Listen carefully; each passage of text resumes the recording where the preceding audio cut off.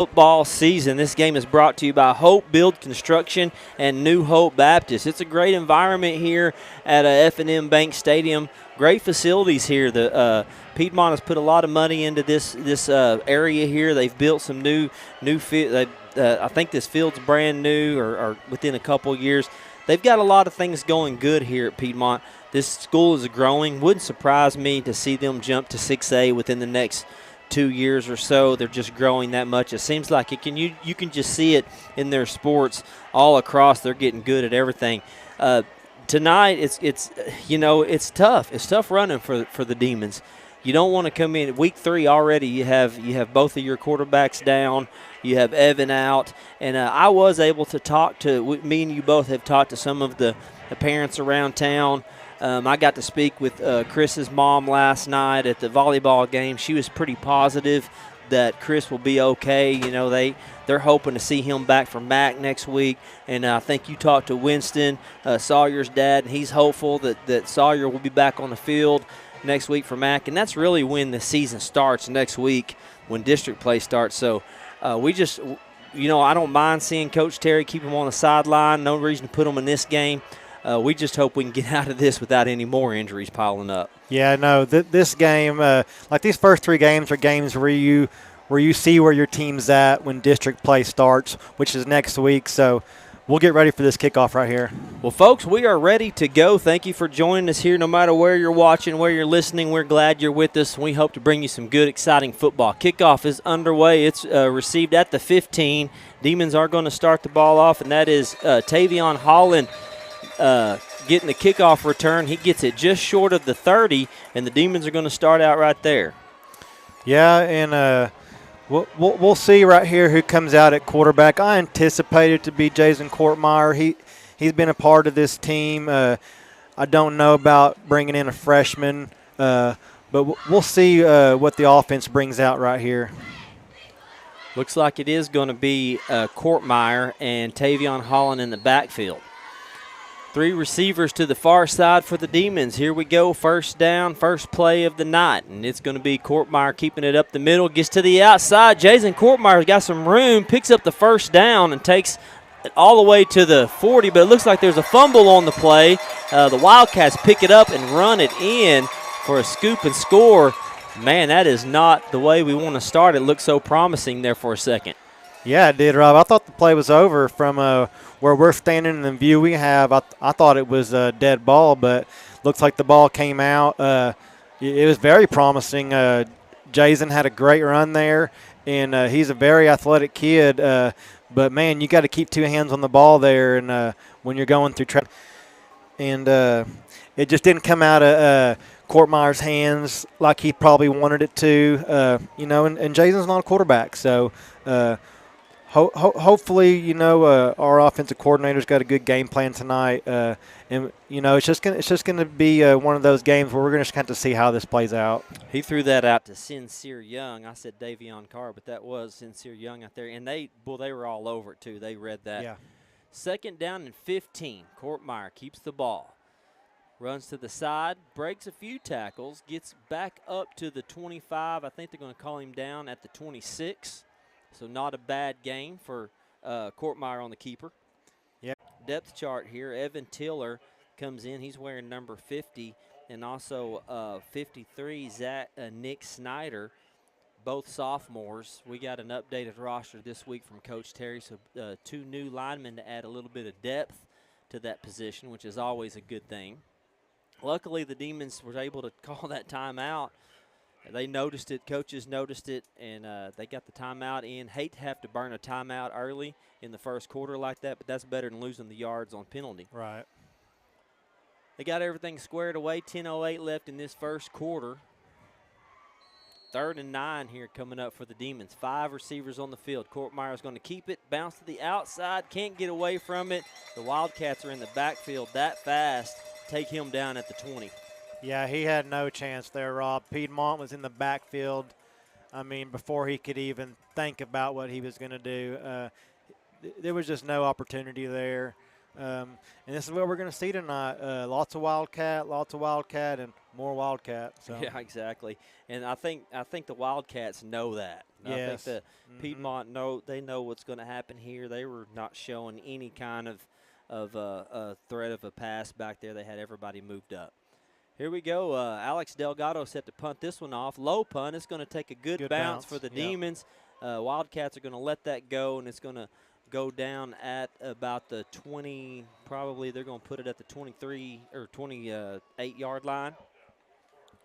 Yeah, good punt by Delgado there. He puts Piedmont back in their own territory, which gives the defense something to work with here. And so with Chris Couts out at the defensive end spot and Evan Houghton out, we'll see what the defense can do. Cooper Kelly, he's a senior. He's going to have to step up, take charge of this defense, and keep them in the ball game. Looks like Jackson Alexander will be playing middle linebacker for this play anyway. Cooper Kelly's out there lined up over here on the line. There's a handoff right up the middle, and the Demons hit him. I mean, that was a quick pursuit there by the Demons. Number 10 got the ball, and the Demons were there. That was Cannon Wood, and he comes off limping. Who was that for Duncan, Rob, on the – is that 28 or 29? It's 28. Okay, yep. 28. Mm-hmm. He put a good hit on the I don't have a Piedmont roster, but he made a great play. Mm-hmm. That's Jaden Alexander coming in playing middle linebacker. 2nd down and 6.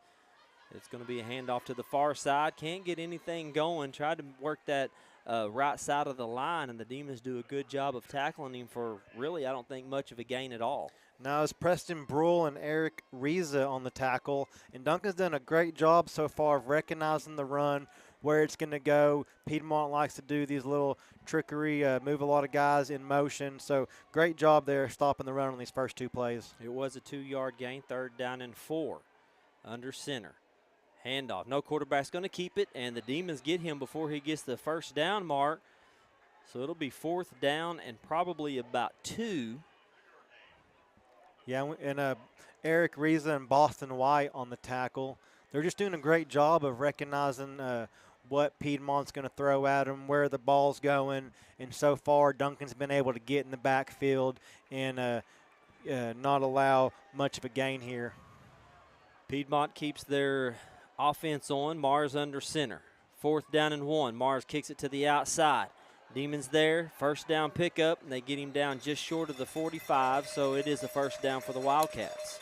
Yeah, Piedmont runs that toss sweep to the edge there. It was 4th and short, and Sincere Young, I believe, was one of the Demons on the tackle. They did a good job there, but when you run that toss sweep, you have all that open field, lots of space. Piedmont found the open area, did a great job of they got the 1st down there. But Duncan, they're doing a good job so far. Couldn't get to him on the toss sweep, brings up a 1st down. Ball at the 44. Mars under center man coming in motion, hands it off to number 10, and he goes up to the 50. Good gain on 1st down for the Wildcats. Yeah, Jaden Alexander there to make the stop for the Demons. That was Cannon Wood with the carry. He limped off the field and come back in. Cannon Woods is their main runner. I believe he was a 1,000-yard runner last year. 2nd down and 4 coming up here. 6:46 left in the first quarter. Wildcats moving. Quarterback's going to keep it. Mars tries to work for the 1st down line. I think he's going to get it with forward progress. It's right at the line now. They are going to give it to him for a 1st down. 6th straight run on this drive for the Wildcats. Yeah, no, this is going to be a run-heavy offense. Anytime you run this triple option, it's a run-heavy offense, and then when you least expect it, bam, they're going to try to hit you downfield. And they do have the capability of doing that. Mars is a good thrower as well as runner. Mars under center, 1st down, looking to throw. There it is. Gets his guy on the out route, and he is going to be complete for a big gain. Goes out of bounds at the 30 for a 1st down. Yeah, that was number 2 for Piedmont. That was Jaden Houston. Okay, Jaden Houston. Yeah, he comes out on a wheel route out of the backfield, beats our linebackers. He gets open, and Piedmont delivered a pretty pass there. We seen him coming out of the backfield, and as soon as he come up to throw that, we knew what was going to happen. Duncan just couldn't recover in time. 1st down, Wildcats in Demon territory at the 30. Mars under center. Hand off to Woods, and Woods gets a good 3 or 4 yard gain out of it. Good job by Cooper Kelly there on the tackle. Actually. Yeah, it looked to be about a 6-yard gain. Mm-hmm. Demons making some substitution in on the front line. I think that was Bryce Charis that just came in playing tackle on the left side or the right side. 2nd down and 4, 5:31 left in the first. Woods with the carry and a nice tackle there by Courtmeyer to stop him from getting any more yards. I think he's going to be just short of the first down, so it'll be 3rd and short. Yeah, good job by Courtmeyer there off the edge. He recognizes run right away. Stops Piedmont just short of the first down, so that's going to make it 3rd and 1 here with about 5 minutes left in the first quarter. Woods is the only man in the backfield. Mars under center. Got 2 receivers on the field. Man coming in motion. There's a handoff to Woods. Counter to the right, to the left, and he gets the first Looks like down. the ball's I think loose. the ball did come out. Duncan's pointing it their direction. And think Jason Courtmeyer's got the ball. Yeah, I think this line judge on the home side said he was down. Come on, ref. Yeah, I know. I know it. That would have been a huge break the Demons could have used. It is a first down run for the Wildcats. Just driving the ball down the Demons' throat right now. We haven't been able to stop them. This is the 10th play of the drive. First down and 10 from the 14. Mars kicks it out to number 2. Oh, good nice job. tackle there by Courtmeyer. Yeah, good job, Jason Courtmeyer coming up. Makes the tackle, no play. They ran the little, I think it was a little pitch play out there, and he comes up off the edge, recognizes right away, and there's no gain on the play.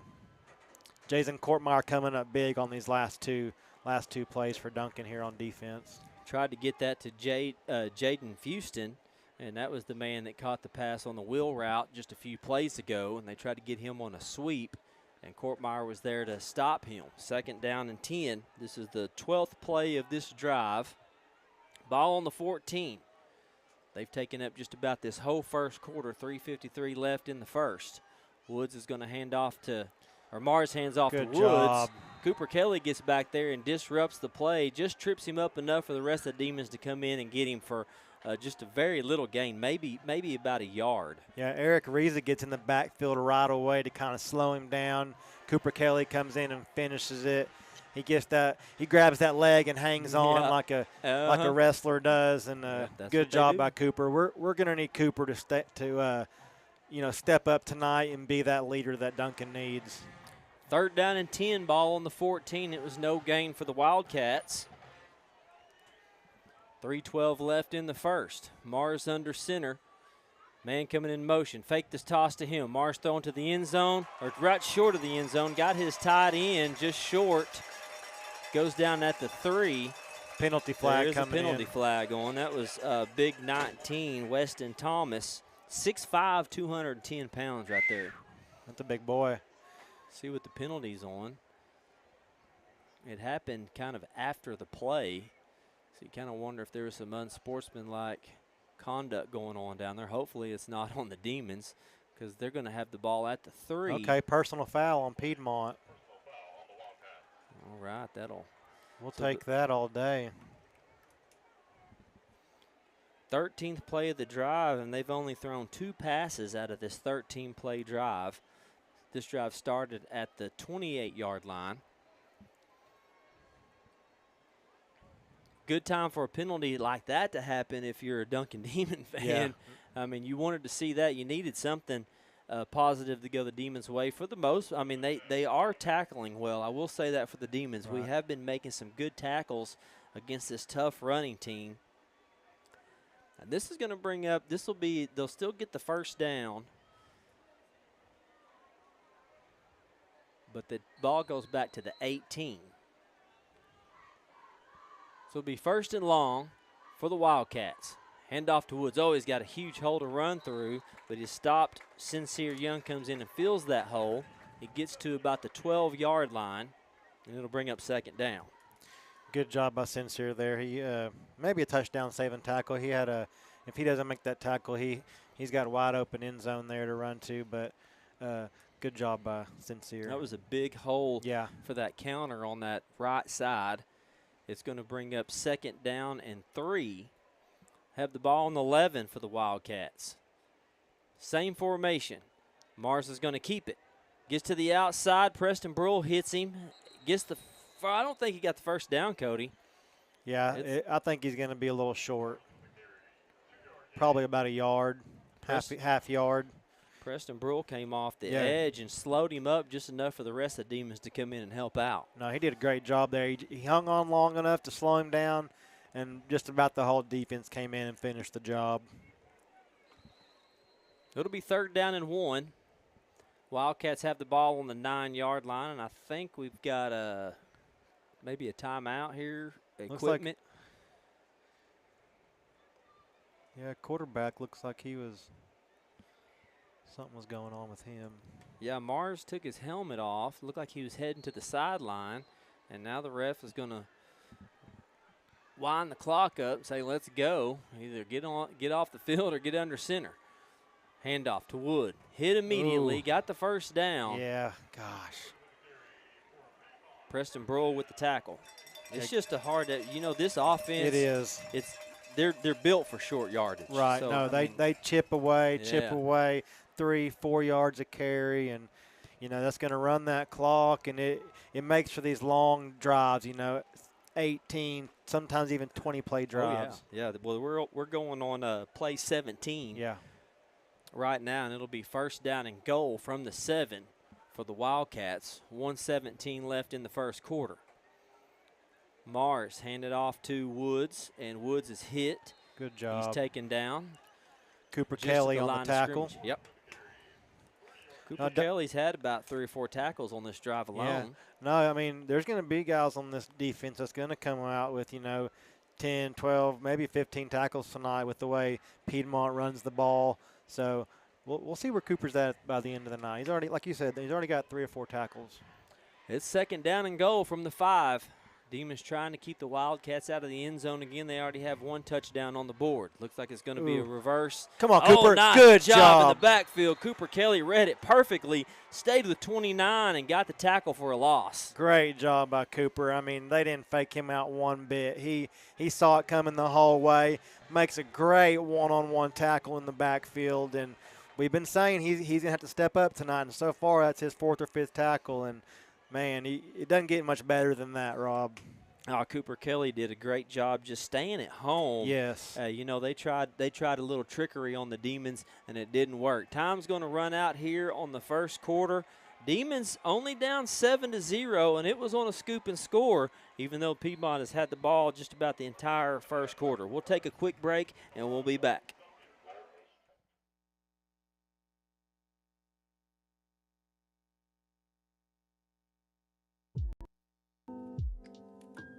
I'd like to recognize Jordan Dotson. He's our athletics custodian. This is his first year here. He also coaches 3 sports. There's no task too big for him. He does it with a smile. His work ethic is tenacious, and he's doing fantastic in his coaching jobs as well.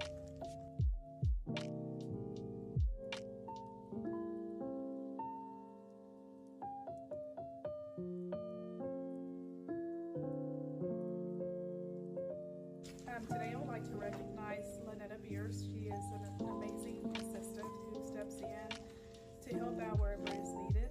She helps with students, she helps with teachers, she helps in the office. She's just amazing.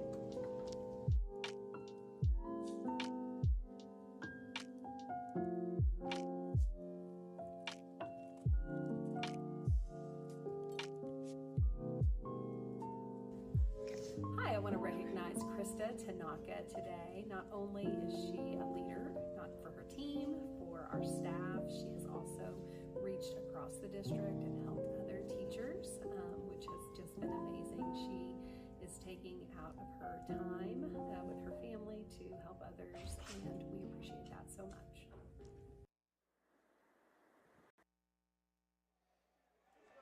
All right, here we go. Start of the second quarter.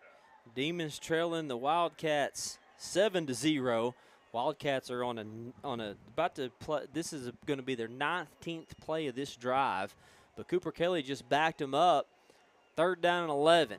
He's going to throw this to the end zone, and he's got a man. That's a little bit of a push-off. Yeah, I think so too.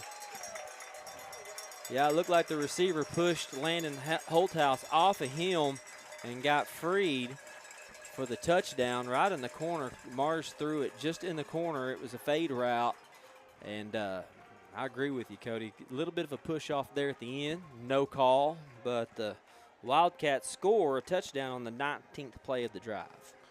Yeah, I believe that was their 3rd pass of the drive, Rob? Yep. Okay, yeah. So they, after the first quarter, they come out, start of the second quarter, throw the ball with a little fade route to the back corner of the end zone. Landon Holthouse, I thought, did a great job. To me, Piedmont kind of pushed off there. But, they both had their hands on each other, kind of, fighting their way for the ball there. And refs kind of kept their flag in the pocket. So, it was a long drive, but this offense is hard to stop. 3-4 yard gains every time. They just chip away. And but I thought Duncan did some great stuff there on defense. There were some times when the Demons they tackled well in space. That really that whole drive they really tackled well. It's a tough offense to stop, especially when you have the guys to run this offense, and Piedmont does. So tackling wasn't an issue. We weren't missing tackles. The 2 plays really that got the Demons the most was the 2 pass plays. Right. That was the 3rd pass play was for the touchdown. But, the little wheel route coming out, that caught the Demons off guard a little bit. So you're going to have to be ready for that because the Wildcats are going to sprinkle in some of that throughout the night. But it's going to be a run-heavy offense. You're going to see that offense all night long. The question now for the Demons, we're going to have to respond. Right. And you're going to have to get something going offensively. We're kind of running the same situation they are. We're going to be running a Wildcat formation, a lot of runs up the middle to the left and right, and hopefully we can get a drive going. The last time the Demons were on the field, they went 3 plays and had to punt it. Nothing really opened up for them. Hopefully things will change here. Short kickoff received by Sincere Young, and we have a flag coming in. Sincere gets it past the 30. Yeah, if I had to guess, Rob, it's probably going to be on Duncan. Yeah, it usually is when they come in that fast. Okay, they're going to wave it off. No penalty. Sincere Young got the ball out to the 35. Demons will take over there and try to get some offense going. Yeah, if Duncan wants to be successful tonight, I'm going to use the words from Sam Darst himself, the big uglies up front. They're going to have to get a big push off, do some blocking, and they did do a little bit of blocking in that first quarter for Courtmeyer. So we'll see. We'll see what happens. Looks like Courtmeyer's going to line up underneath center. Ball's on the ground. Oh, no. Piedmont's got it. Rare time for the Demons to line up underneath center. Yeah. And Courtmeyer just couldn't get the ball. It squirted free, and the Wildcats are on it. Yeah, I'm going to go ahead and say it. I think that one's on the coaches. You don't bring a wide receiver in to go under center when he doesn't play quarterback. I think shotgun is what formation they should be in all night. So I'm going to go ahead and say it. That right there is on the coaches. Yeah, and I'm sure they've probably worked on it all week, but that's just not enough time, especially when you have a defense like this coming at you. Yep. So the Wildcats are going to start out in great field position. Oh, ball's on the ground. Ball's Go! on the ground. We got it. Preston Brule with the scoop up. Go! He's on his way on the other side of the field. He gets chased down at the 22. Huge hit in the backfield. Who was that, Rob? I did not see who made the hit, but Preston Brule was there to scoop it up. And that's a heck of a turnover by the Demons, and they have the ball in excellent field position. Gosh, I wish I would have seen who that was.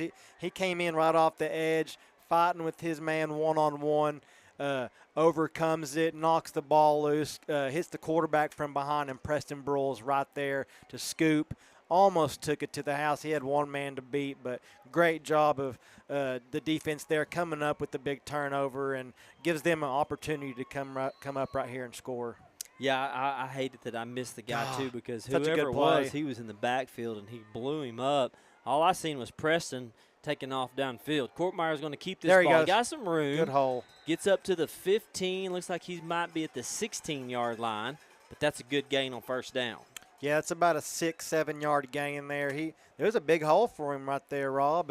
And Jason, he's so athletic. He's pretty fast kid, long-legged. So anytime there's going to be a hole there, he's going to find where to go, which direction to run, and as long as he hangs on to that ball, we're going to get it in the end zone right here. Demons need to capitalize on that turnover. It's 14-0. You got 3 receivers to the far side. Courtmeyer trying to get outside. Man, he's hit immediately. Number 25 come off the edge. Just couldn't be blocked. He was actually being blocked about the same time he hit Jason. Jason just had no room. Yeah, he might be feeling that one tomorrow.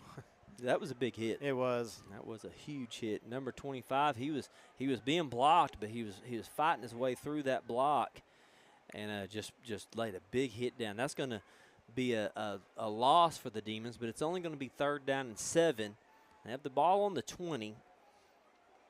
Yeah, we're going to see what Duncan does. We're going to need one of those trick plays, Rob, to I think maybe open something up here. Landon Holthouse is out to the near side.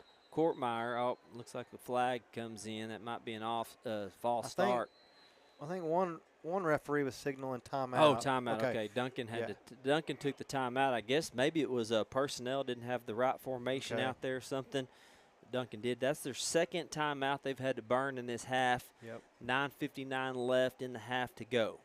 Yeah, I think something Duncan's going to have to do, and I'm sure they worked on something, is the element of surprise. They're going to have to, with all these injuries they have on offense, they're going to have to come up with something, a little trickery, maybe some reverse, a toss pass, reverse pass. They're going to have to do something to maybe kind of keep this ball game alive. And right now they're on the 20-yard line. It's third and 7, so we'll see what they can do. And one weapon we do have is a kicker, Rob. That's true. And we're in field goal range right here. Yeah, that's a good weapon to have. Alex Delgado has been he's been good for a 28-yard field goal has been his longest on the season.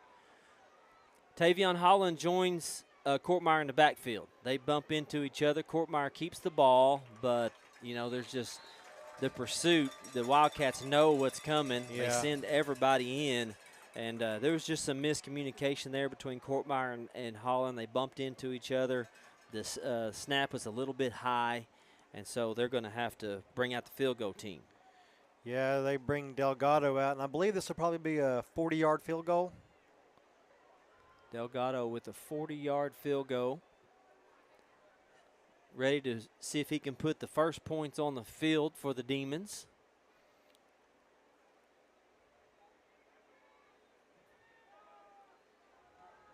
And here's the kick.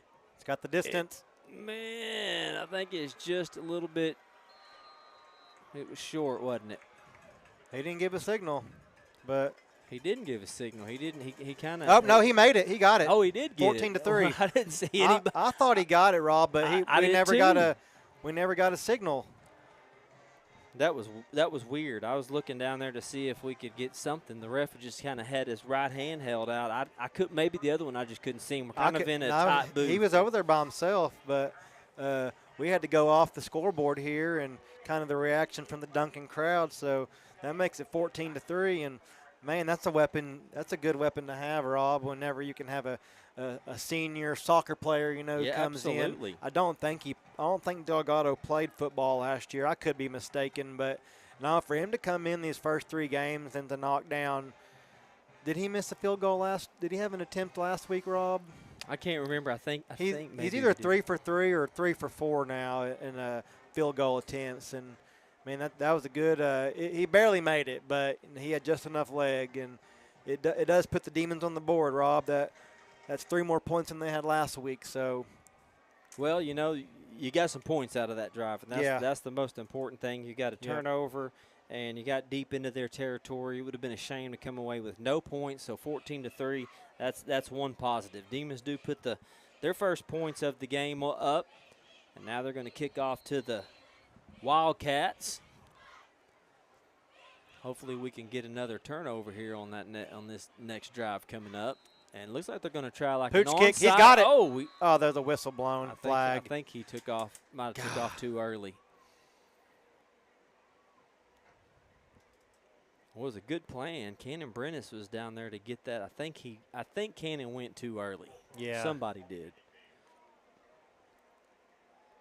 It looked like Piedmont wasn't even responding to that, though, did it? No, it was almost like they heard a whistle and yeah, Duncan I didn't. think they did. It might have blown before because they weren't moving. I thought it was kind of weird looking. Well, we'll try this all over again.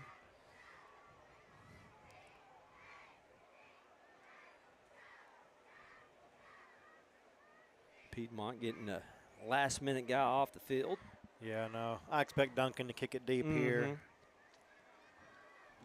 was a good idea, though. Yeah, it was a good idea. I'd try to pin them deep, make them go. See if we can make them go the length of the field. I mean, they've done it once already, but no need in giving them a short field. And the ref's going to blow this. I don't know what he's. They're communicating something with the box up here. I don't know. They're talking to the student section over here. Oh, is that what they were looking at? The student section. Something's going on with the student section. Coach is over. The coach is over there getting on to somebody. Huh. I don't know if they were saying something they shouldn't over there or what was going on, but coach went over to the student section and had to. Yeah, the referees are talking. I don't know what's going on. Everybody's looking over at the student section, though.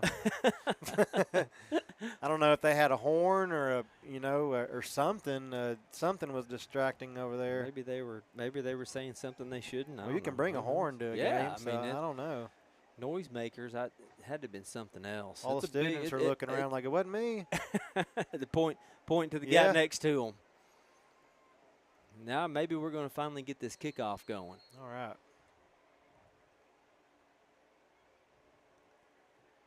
And here we go. We're going to try the same kind of pooch-style kickoff, and it's going to go out of bounds, and that'll give the Wildcats good field position. I don't understand that one, Cody. I don't either. If you're going to onside it, but I'm trying to get the point of that. Yeah, Rob, I would have just kicked it deep there. Piedmont was ready for that, after Duncan ran off sides on the first pooch kick attempt. I guess pooch kick, onside kick, whatever you want to call it. But now it looks like they declined it, or they're lined up to kick again. Or there's been a lot of confusion going on this kickoff. Okay. Well, I didn't see a flag on the field, so I could. I mean, I did see the flag come out because the ball went out of bounds. Well, I don't know what they'd be talking about. Well, Piedmont's return team stayed out there. Duncan looked like they were lining up on kickoff team again, but now they've got the ball placed at the looks like the 47-yard line. That's where the Wildcats will have it. On the 46. And here we go with 9:09 left in the half. Mars is going to hand off, and the Demons get him for about a 3-yard gain. Cooper Kelly on the tackle. I got him now with 5 tackles. Now, he's been all over the place. Cooper has definitely had some good tackles, and we need him. He's a senior. We got to have him step up. He's done a good job tonight. 2nd down and 8 here for the Wildcats. That was a new ball runner in the backfield. That's number 1, Reed Smith. Woods wasn't in on the first play or this one. Mars still under center. There's 2 receivers on the field. 2nd down and 8, 8:26. Man coming in motion. There's the handoff. Preston Brule and some other Demons hit him at the line of scrimmage. I think he might have got one with the forward progress. Yeah, Preston Brule, Jason Courtmeyer, and Garrett Henry. The guys up front are getting their getting their share of work tonight. 3rd down and 6 at midfield for the Wildcats. And there's a handoff. Oh, no, the quarterback kept it. Nice hit coming in from the backfield. I believe that was Jackson Pogue. Read it, stayed with the quarterback, and stuck him. Oh, wait, did they get a first down? Oh, no, they handed it off. Yeah. I didn't see the play. No. I stayed with the quarterback. Yeah, quarterback faked it to fullback. He rolls around, and right as he got hit, he pitched it off to the running back, and he went for a large gain. Yeah, I didn't see that. It was over on that far side. I didn't see the play. So he got all the way down to the 29 for a first down. I thought we had a big stop in the backfield. And there's Cannon Woods with the carry. Another tackle by Cooper Kelly. It's a tough offense, man. It's 3 and 4 you really yards gotta follow, every time. Yeah, and sometimes it is hard to tell who's got the ball with all the fakes and stuff. And we're having trouble up here. Imagine how hard it is down there at field level to see Right. that. And you're having to look in the backfield and figure out which one of these guys have the ball. Man coming in motion just about every time. And there's a handoff to Cannon Woods. Oh, he just got tripped up at the 10-yard line. He goes down. Otherwise, that would have been a touchdown. Yeah, it looks like number 17, Jackson Pogue, with the touchdown saving leg tackle there. Big hole for Cannon Woods. Probably one of the biggest holes that the Wildcats have opened up tonight. Cannon Woods with the big carry, big gain, picks up a first down. First down and goal on the 10. Woods in the backfield. Mars under center. Mars is going to keep it. Trying to get to the outside. Demons stop him at the 5.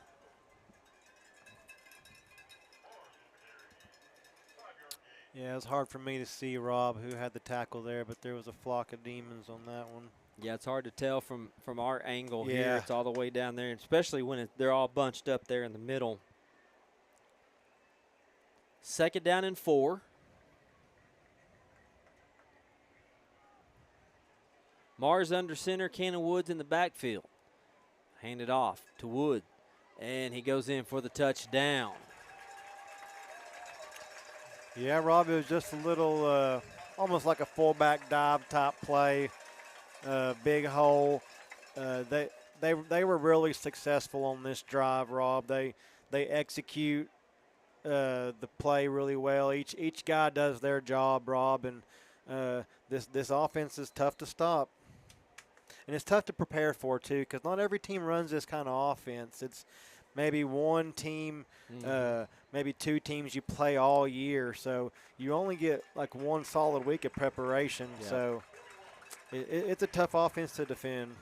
Extra points good. 21-3 is the score. 5:51 left. We'll take a quick timeout. We'll be right back.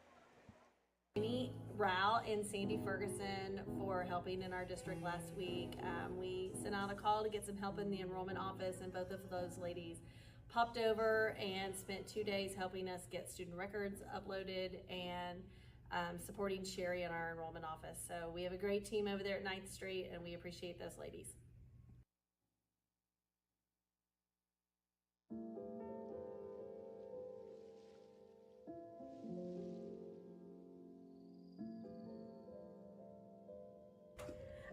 I would like to recognize our new registrar, Marcy Stocking. She is very energetic, very welcoming, always has a smile on her face, and will do anything to everyone, for everyone to help them have a great day.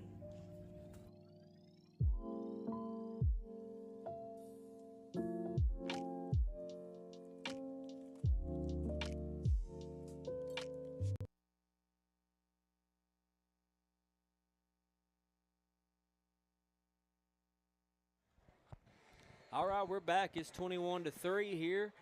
Piedmont up on the Demons. Kickoff to Sincere Young. And he's going to take it over to the 20. Breaks a tackle down the sideline. Sincere Young with a good return. Gets it out to the 35. Yeah, good job by Sincere there, kind of following his blocks. He hit the edge there and tippy-toed down the sideline to, I think he's at about the 33, 34-yard line. So puts the Demons in decent field position.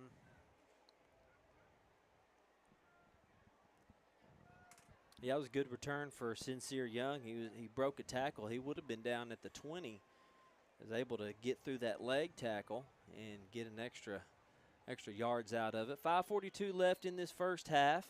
Demons haven't been able to do much on offense. They were able to get a field goal with the short field earlier, and we got a flag before the play even starts.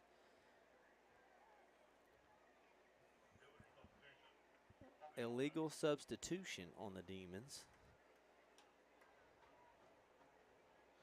Yeah, that's the kind of penalties you can't afford to have. That's stuff you work on in practice, Rob, and that's kind of it's just not necessary.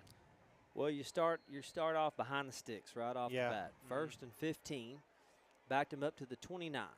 Courtmeyer out of the shotgun is going to take the carry, and just not a whole lot of room for Courtmeyer to run out to the side. Another flag comes in. I think they're going to get a late hit on the Wildcats. Yeah, Wildcat came in flying after the whistle. That'll help.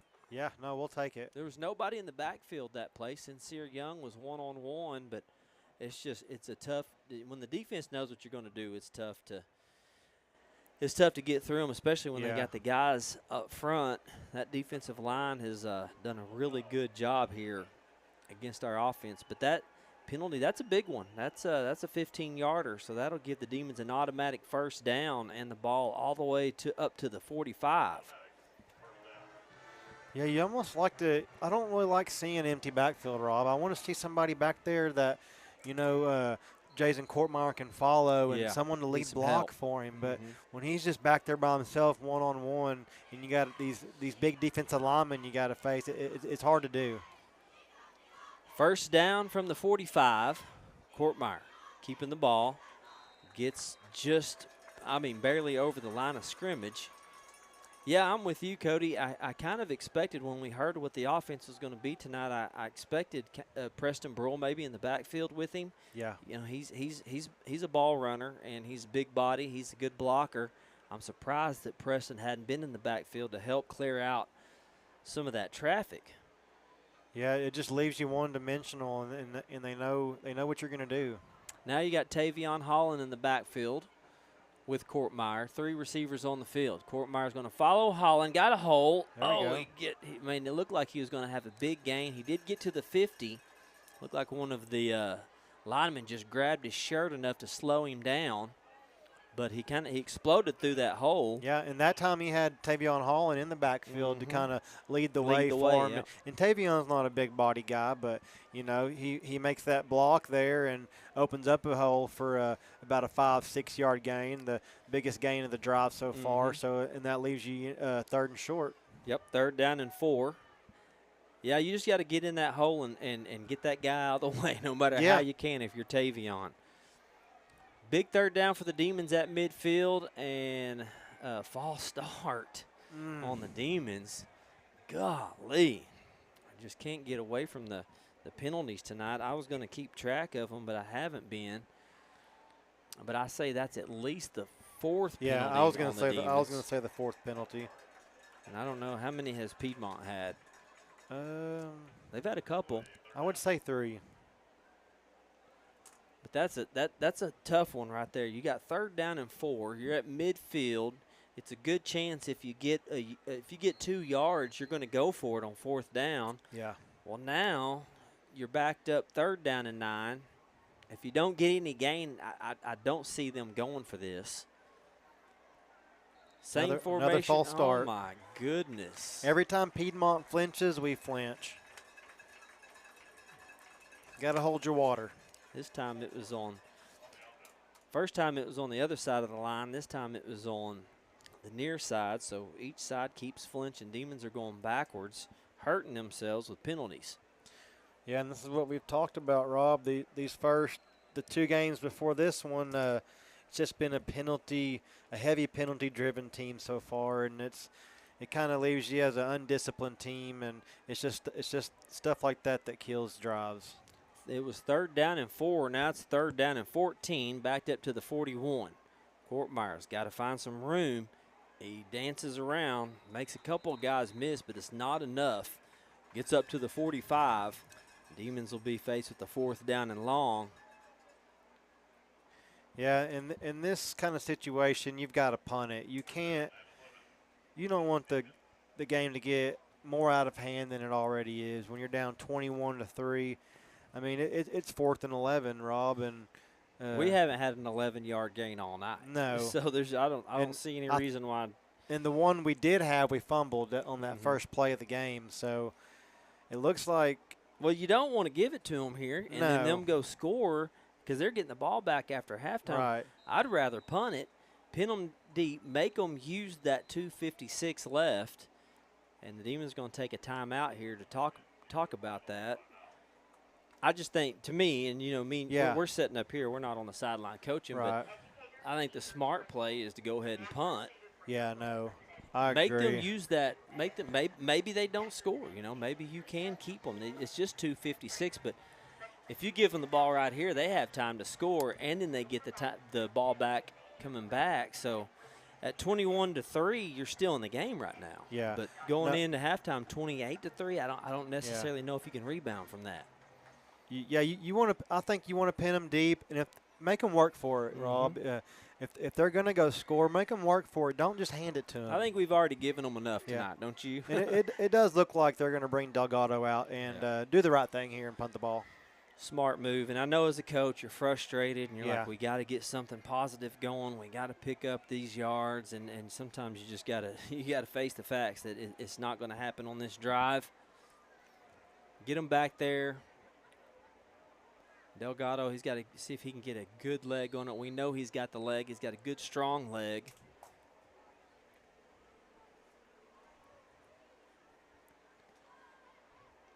No pressure for Delgado. Kicks this one, and it's going to go out of bounds at the 45, so not exactly a huge punt that we were hoping for, but it does put them back on the other side of the field. Yeah, no, it wasn't the best kick. It went off the side of his foot, it looked like. But you do swap field position here, and Piedmont will start out on their own 34-yard line. And it's going to be Duncan's job right here to kind of stop Piedmont and to go into halftime 21-3 instead of 28-3.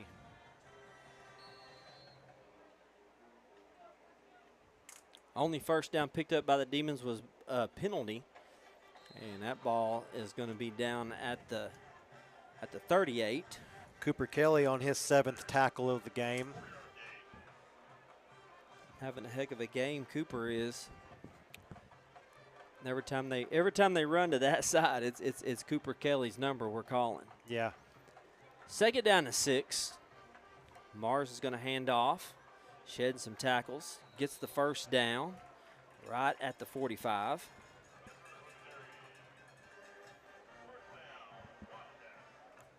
And I think that was Israel Trujillo on the tackle, Rob, number 76. 2:15 left in the half. Piedmont pitching it outside. Cooper Kelly almost there, couldn't get there, and he's finished off there at the end of the play by number 65 for the Demons. Garrett Henry. Boy, pile dropped him, didn't he? He did the old Goldberg WCW style. The spear. Speared him. 2nd down and 4, ball on the 48, 147. Pitch to the outside. Demons in pursuit. Stiff arm. Oh, he just gets tripped up by Jason Kortmeyer, and he goes out of bounds. Yeah, at the 40. Landon had come up and tried to make the tackle, and the Piedmont player put a good little stiff arm on him, and Jason Kortmeyer comes in to finish the job. Might have saved a touchdown there. Yeah. Jason doesn't get him because he has a lot of room in front of him to run. Piedmont now stretching the field out a little bit to two straight toss to the outside. Piedmont just got a sideline warning. Mm-hmm. New back in the backfield for the Wildcats, number 21. And he's going to get the carry. And my goodness, he's shedding tackles, and he's still on his feet, still going, finally taken down all the way down to the 5. I mean, 21 just got through the line untouched. It seemed like we were just stuck. It seemed like the Demons were stuck in mud. Nobody was moving towards him. He had a big hole, and he just started dragging defenders down the sideline, and Jackson Pogue come in and made the touchdown saving tackle there. First down and goal from the 4. And number 21 is going to carry it in for the touchdown. But there is a flag that comes down from the backfield. That's in the area of holding, Rob. Yeah, that's what I'm thinking too. So that's the one thing you didn't need Piedmont to do is get a big gain. Yeah. You had the time was in your favor for the Demons. Hopefully he's going to get them off the field, but that big gain put them all the way down inside the 5. And Duncan had been doing a good job, Rob, most of this first half of preventing the big gain in that big play. And this drive, they just haven't been able to do that. Yeah, the Tyson Benford has been coming in and running for the Wildcats. He's a bigger boy. back. Yeah, than he's Woods a big athletic kid. And you can tell he just runs straight at the defense. The penalty is going to back him up to the 19. Touchdown won't count. This is a little bit different. 1st and 15. See if the Demons can keep them from scoring. Hand off again. And there's a good job by the Demons to get in pursuit of him and stop him from getting much. Eric Reza with the tackle. Yeah, and Preston Brull also in on the tackle there. Preston Brull, Eric Reza, I think Bryce Cheris also got in the backfield and kind of slowed him down for a second. Yeah. No, Preston Brull, Cooper Kelly, they've all been having good tackling nights tonight. Hope Builds Construction is our game sponsor, as well as New Hope Baptist. We want to thank those two for allowing us to bring you this Duncan Demon action on a Friday night. And we want to thank everybody who's joined us tonight. I know it's not what we was wanting to see from the Demons tonight, but we appreciate you joining us, and hopefully we can bring you in an exciting game and get all your kids' names called out. We know that the players like it when we call their names. We see them out in the community, and they say, "Man, did you get to say our name? Yeah. Did you say my name on the live stream?" They love that stuff. So we like to try to get that out there as much as we can, even though it's kind of hard to see sometimes when they get all jumbled up. Demons are giving it a good effort tonight for sure, being down with the starters that we're down with. 2nd down and 17 coming out of the timeout the Wildcats called. It's 1 minute left in the half. Demons trying to keep them out of the end zone. Going to throw one deep corner route or fade route, and it's overthrown. Good job by Boston White. He had it covered up, and Mars just put it out of bounds. No, Boston White did a great job there. Piedmont comes out throwing the ball. Last time they were successful on that play. And he just overthrows it barely, but Boston White did a great job of defending that, and that takes it down to 3rd down with 52 seconds left. 3rd and 17. Yeah, the last one they completed out there, we felt like there was a little bit of a push off on Landon Holthouse. Otherwise, I don't think that would have been a touchdown. 3rd and 17. Mars looking to throw. Out to number 7. Got to get a tackle made right there. Good job by Jason Courtmeyer. Yeah, good job by Jason there to break down and make that tackle, or else he is in the end zone. So good job there. Wildcats will take another timeout. 41 seconds left in the half. It's going to be 4th down and 8. This would be a win for the Demons. Yeah. If you're digging for positive things in this game, if the Demons can get the Wildcats off the field right here, and just going to halftime down 21-3, that's definitely a positive. Yeah, no, that'd definitely be a win, Rob. I mean, this game could easily be 14-3 right now if that first play, that first fumble, first play of the game didn't happen, but it did happen, so it is 21-3, and it'd be a huge win for Duncan right here to go into halftime and have something to build on if you can make a 4th down stop here. But you can almost guarantee they're going to throw it right here. That's my guess. Yeah, it's pretty possible. You got to get it in the end zone. Woods is not on the field. Cannon Woods. They got a new back. Okay, field goal. Backfield. Okay, that's what field it goal is. attempt. Number 30 is going to try to field goal. I wasn't even thinking. I didn't even think about them going for a field goal, and it is going to be good. Yeah. I mean, it is 4th and 8, so but I figured they would, why not go for it, but might as well take the points while you can. 25-yard field goal made, and so that's going to extend the lead 24-3, which really, that's still, to me, that's still a win. Oh, yeah. You did give up some points, but you didn't give up a touchdown. No, I expect Duncan right here to get the ball. Let's just take it into halftime. You don't want to, you have 35 seconds left. You don't want to get any more injuries. You're trying to prevent that from happening tonight because we already have too many. Most definitely. I mean, I know you want to go score, but it hasn't worked out for you so far in the first half. Let's just take this game into halftime and come out in the second half and build for next week. Yeah, 35 seconds left. I don't even know if you run a play. No. You don't want to risk anything. We've already had, 2 turnovers in this game, 2 fumbles. I don't think you want to risk anything. Yeah. You try to get a big return. Now, if you somehow you get a big return, you get it across midfield, then you might think about taking some shots. But right. Other than that, I would try to play it safe. The Wildcats do get the ball back coming out at halftime, so Jason Courtmeyer is going to field it at the 10. Courtmeyer getting behind some blockers, trying to get some room.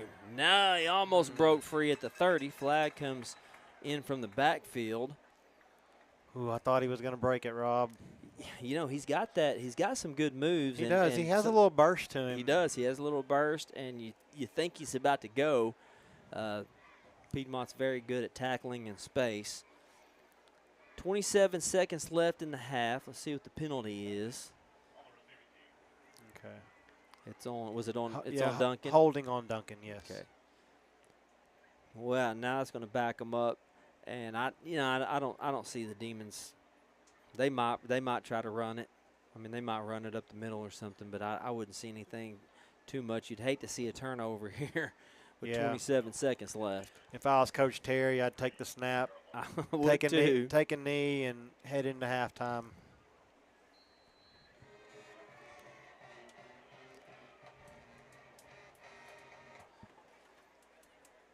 Demons come out first down with 27 seconds left. Courtmeyer by himself.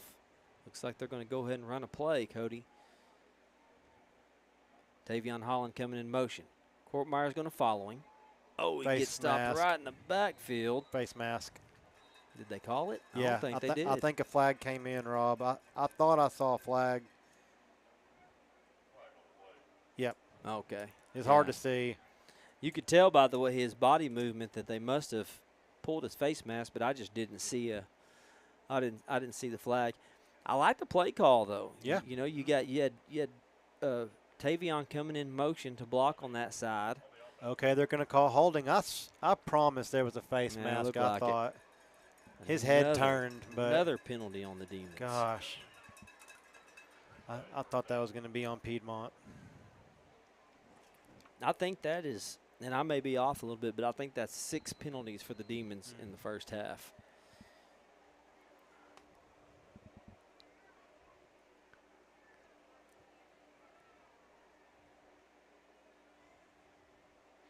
I mean, they're going backwards. I'd quit flirting with disaster, wouldn't you? Yeah. I think I would go ahead and just get out of this thing. 12 seconds on the clock. Man coming in motion. Oh, my gosh. See, I just don't – that's taking too big of a chance there. I don't know what we're doing. Courtmeyer threw a screen pass, and, man, that could have been picked off easily, but it doesn't. Demons are stopped, and it is halftime here at F&M Bank Stadium. 24-3, Demons down to the Wildcats. We'll take a break. We'll come back.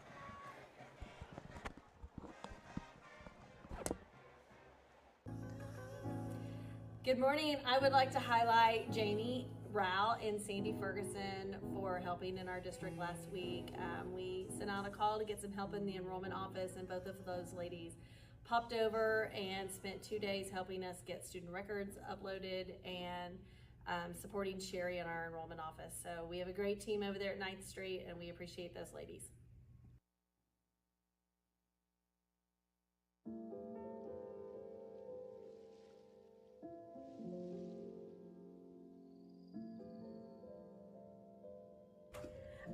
I would like to recognize our new registrar, Marcy Stocking. She is very energetic, very welcoming, always has a smile on her face, and will do anything to everyone, for everyone to help them have a great day.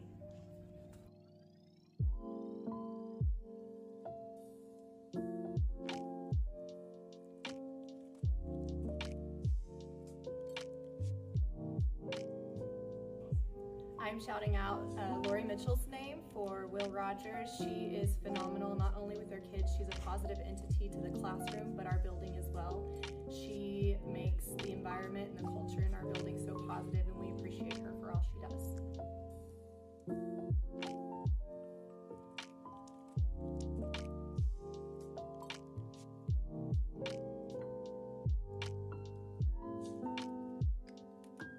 I'd like to recognize Jordan Dotson.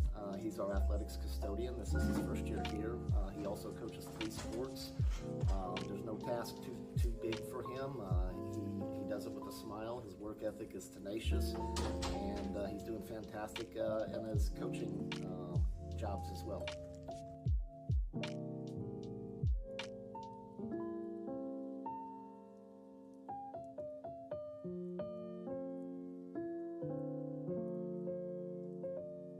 Today I would like to recognize Lynetta Beers. She is an amazing assistant who steps in to help out wherever is needed. She helps with students, she helps teachers, she helps in the office. She's just amazing.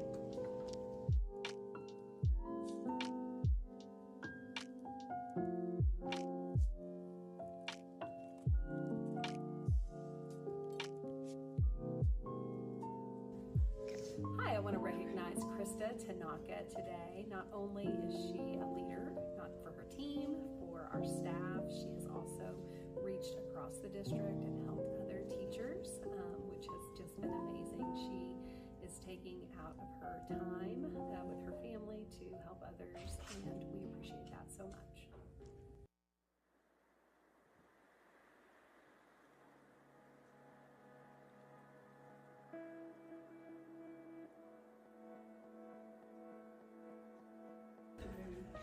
I'd like to recognize Jessica Clayton, our new special ed director for Duncan Public Schools. She's come in as a new director and has just been so professional, has built relationships with families and teachers and staff, and is just doing a great job for our district.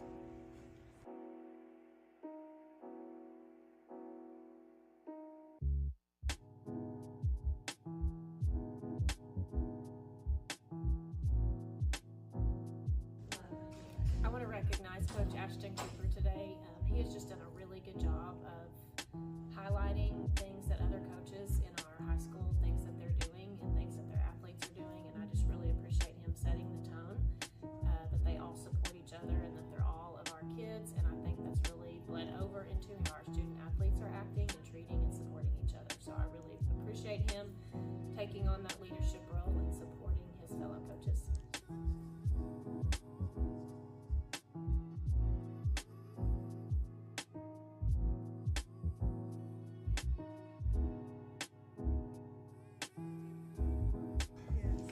I would like to recognize Darren Cobble and Autumn Henderson. They are our PE teachers at Horace Mann, and they are the definition of teamwork, and their attitudes are contagious. They're so positive, and our kids look forward to going to their class every day. They're an amazing team.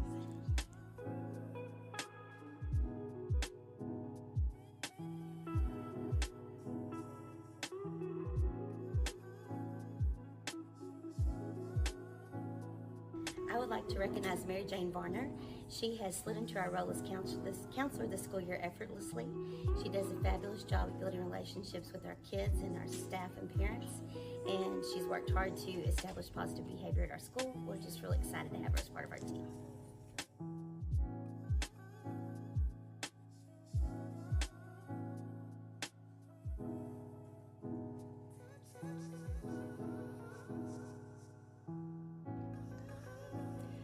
Good morning. I would like to highlight Jamie Rao and Sandy Ferguson for helping in our district last week. We sent out a call to get some help in the enrollment office, and both of those ladies popped over and spent 2 days helping us get student records uploaded and supporting Sherry in our enrollment office. So we have a great team over there at 9th Street, and we appreciate those ladies.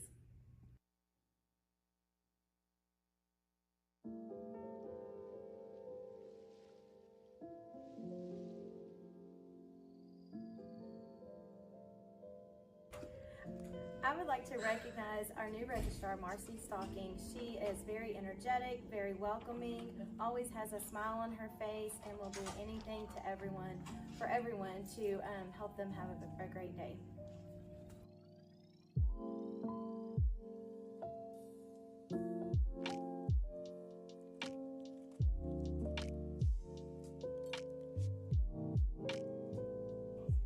I'm shouting out Lori Mitchell's name for Will Rogers. She is phenomenal, not only with her kids, she's a positive entity to the classroom, but our building as well. She makes the environment and the culture in our building so positive, and we appreciate her for all she does.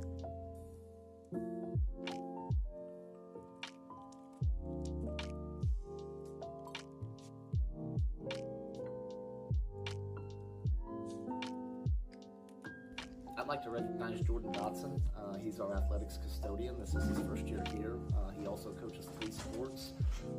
There's no task too big for him. He does it with a smile. His work ethic is tenacious, and he's doing fantastic in his coaching jobs as well.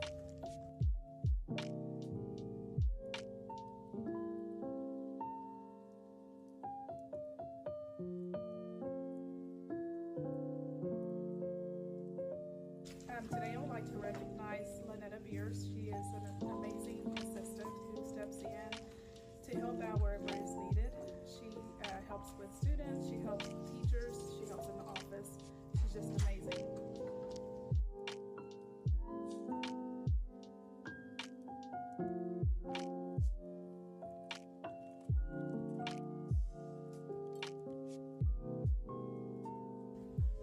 Hi, I want to recognize Krista Tanaka today. Not only is she a leader, not for her team, for our staff, she has also reached across the district and helped other teachers, which has just been amazing. She is taking out of her time with her family to help others, and we appreciate that so much.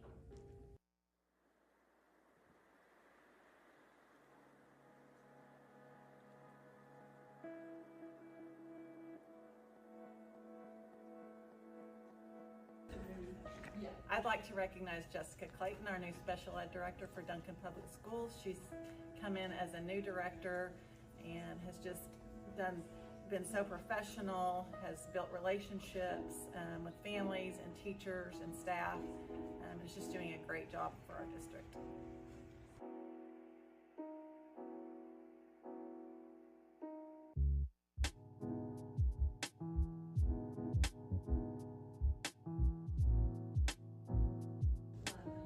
I want to recognize Coach Ashton Cooper today.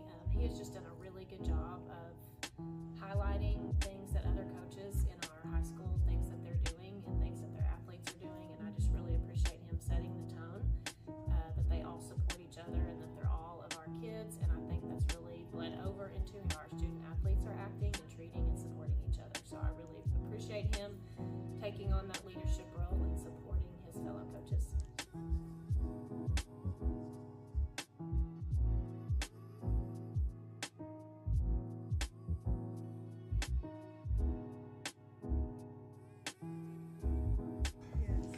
I would like to recognize Darren Cobble and Autumn Henderson. They are our PE teachers at Horace Mann, and they are the definition of teamwork, and their attitudes are contagious. They're so positive, and our kids look forward to going to their class every day.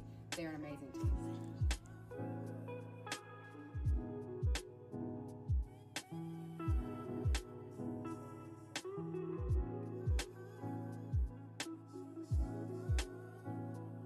I I would like to recognize Mary Jane Varner. She has slid into our role as counselor this school year effortlessly. She does a fabulous job of building relationships with our kids and our staff and parents, and she's worked hard to establish positive behavior at our school. We're just really excited to have her as part of our team.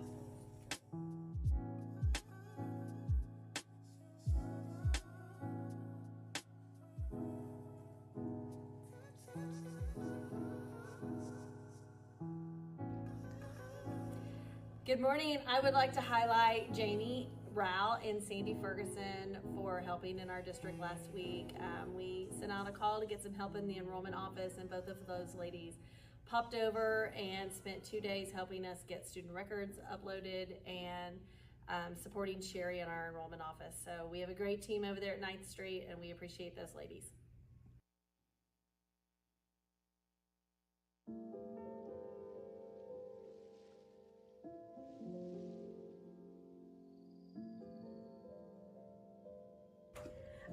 I would like to recognize our new registrar, Marcy Stocking. She is very energetic, very welcoming, always has a smile on her face, and will do anything to everyone, for everyone to help them have a great day.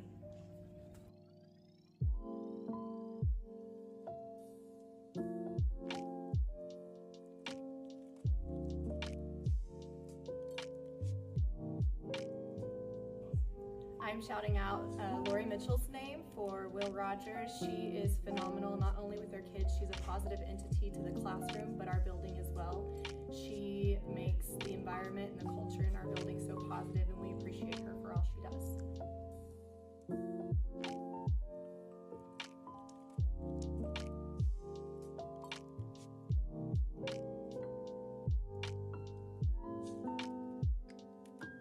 I'd like to recognize Jordan Dotson. He's our athletics custodian. This is his first year here. He also coaches 3 sports. There's no task too big for him. He does it with a smile. His work ethic is tenacious, and he's doing fantastic in his coaching jobs as well.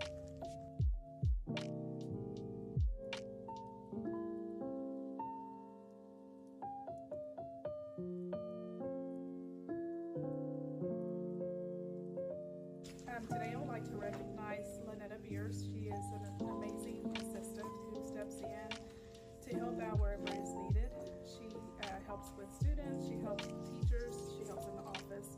She's just amazing.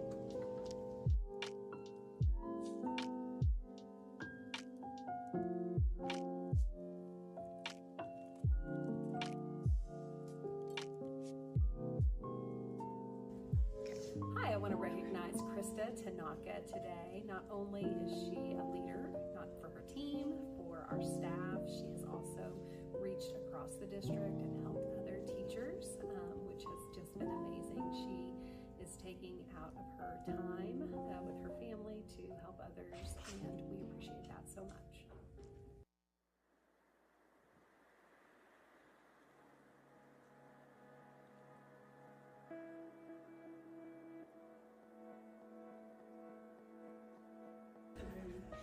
I'd like to recognize Jessica Clayton, our new special ed director for Duncan Public Schools. She's come in as a new director and has just been so professional, has built relationships with families and teachers and staff, and is just doing a great job for our district.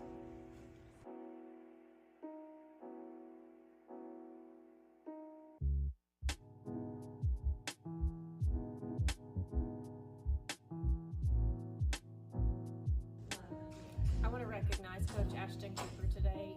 He has just done a really good job of highlighting things that other coaches in our high school, things that they're doing and things that their athletes are doing, and I just really appreciate him setting the tone, that they all support each other and that they're all of our kids, and I think that's really bled over into how our student athletes are acting and treating and supporting each other. So I really appreciate him taking on that leadership role and supporting his fellow coaches.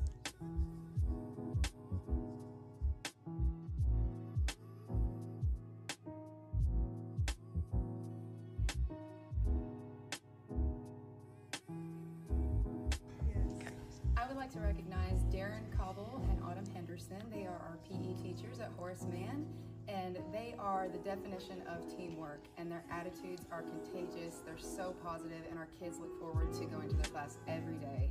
They're an amazing team.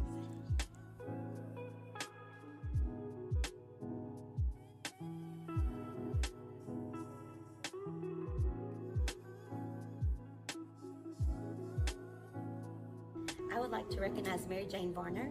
She has slid into our role as counselor this school year effortlessly. She does a fabulous job of building relationships with our kids and our staff and parents, and she's worked hard to establish positive behavior at our school. We're just really excited to have her as part of our team.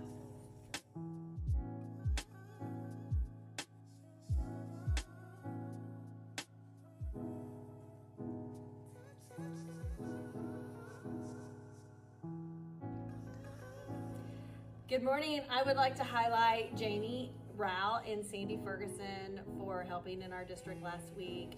We sent out a call to get some help in the enrollment office, and both of those ladies popped over and spent 2 days helping us get student records uploaded and supporting Sherry in our enrollment office. So we have a great team over there at 9th Street, and we appreciate those ladies.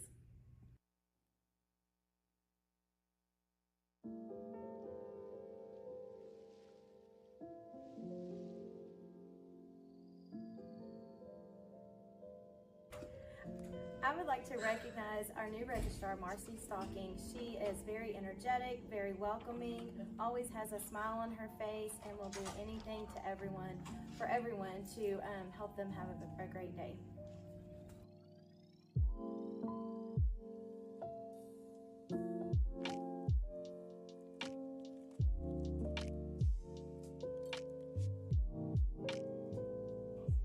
I'm shouting out Lori Mitchell's name for Will Rogers. She is phenomenal, not only with her kids, she's a positive entity to the classroom, but our building as well.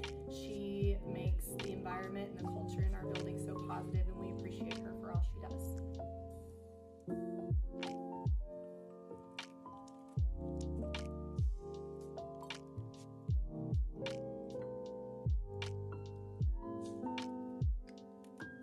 I'd like to recognize Jordan Dotson. He's our athletics custodian. This is his first year here. He also coaches 3 sports. There's no task too big for him. He does it with a smile. His work ethic is tenacious, and he's doing fantastic in his coaching jobs as well.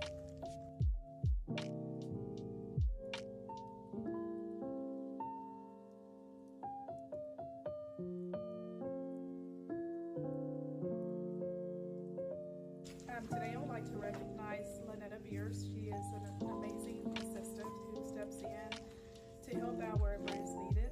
She helps with students, she helps with teachers, she helps in the office. She's just amazing.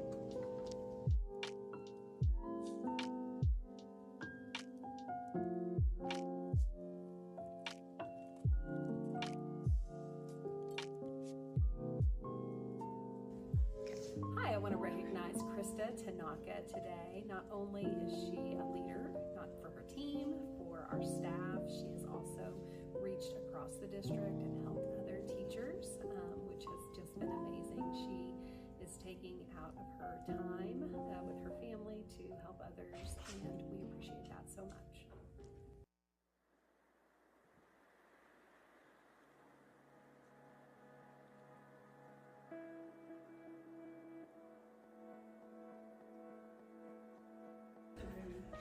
I'd like to recognize Jessica Clayton, our new special ed director for Duncan Public Schools. She's come in as a new director and has just been so professional, has built relationships with families and teachers and staff, and is just doing a great job for our district.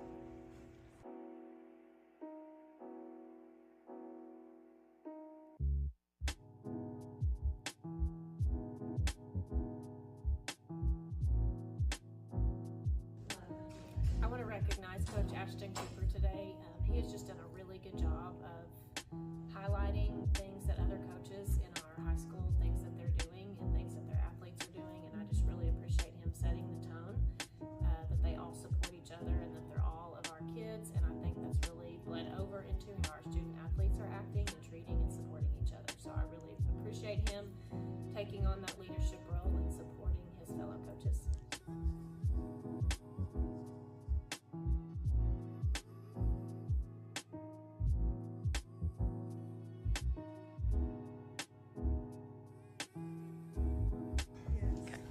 would like to recognize Darren Cobble and Autumn Henderson. They are our PE teachers at Horace Mann, and they are the definition of teamwork, and their attitudes are contagious. They're so positive, and our kids look forward to going to their class every day.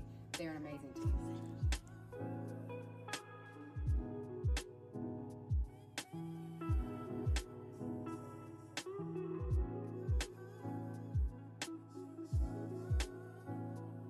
I would like to recognize Mary Jane Varner. She has slid into our role as counselor this school year effortlessly. She does a fabulous job of building relationships with our kids and our staff and parents, and she's worked hard to establish positive behavior at our school. We're just really excited to have her as part of our team.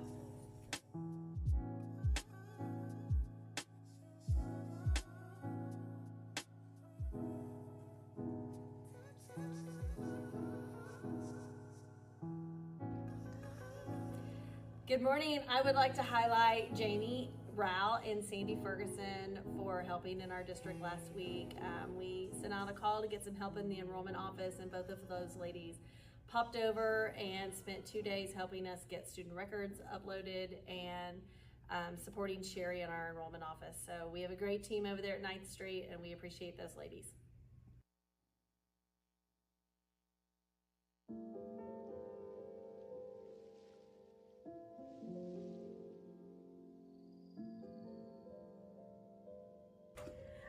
I would like to recognize our new registrar, Marcy Stocking. She is very energetic, very welcoming, always has a smile on her face, and will do anything to everyone, for everyone to help them have a great day.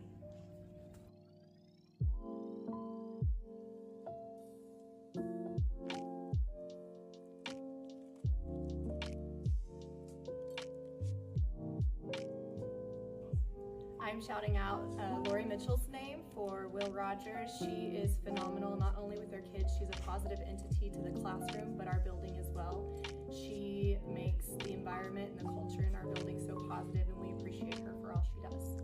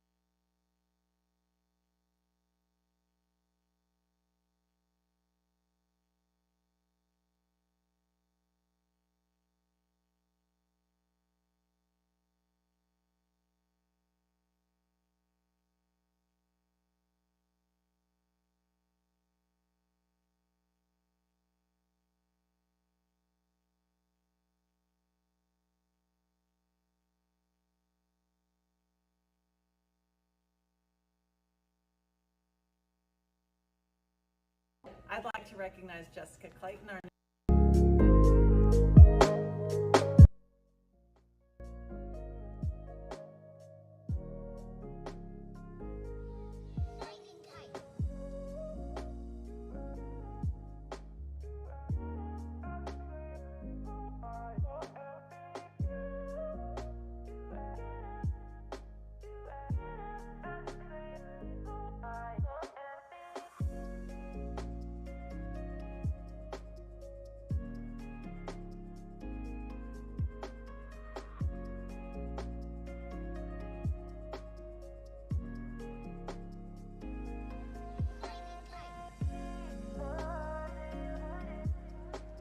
Well, welcome back. Halftime is over. The players are out of the locker rooms. They've done all their warm-up exercises, ready to go.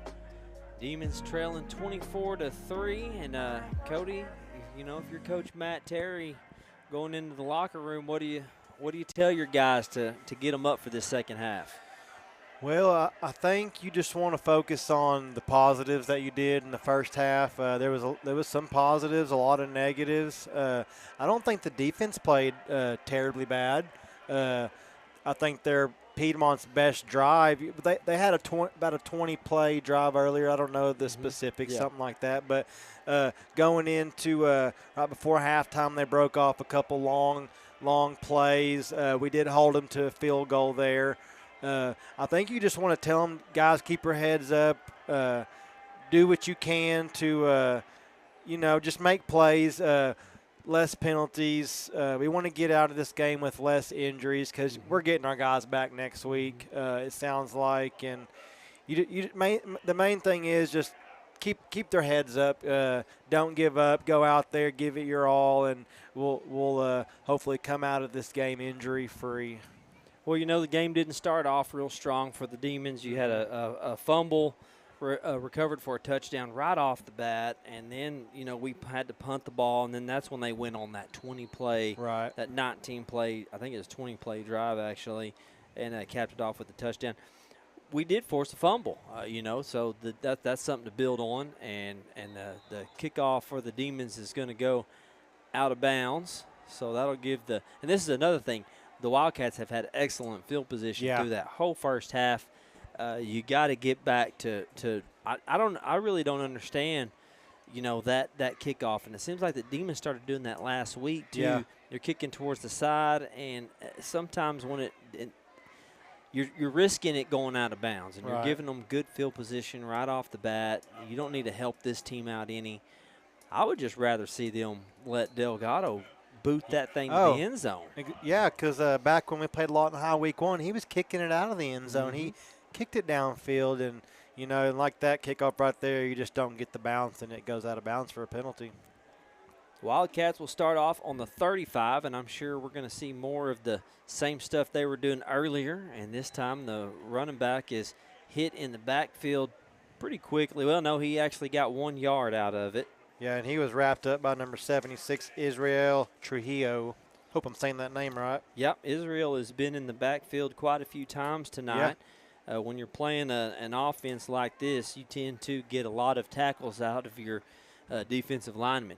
It's a 2-yard gain, 2nd down and 8.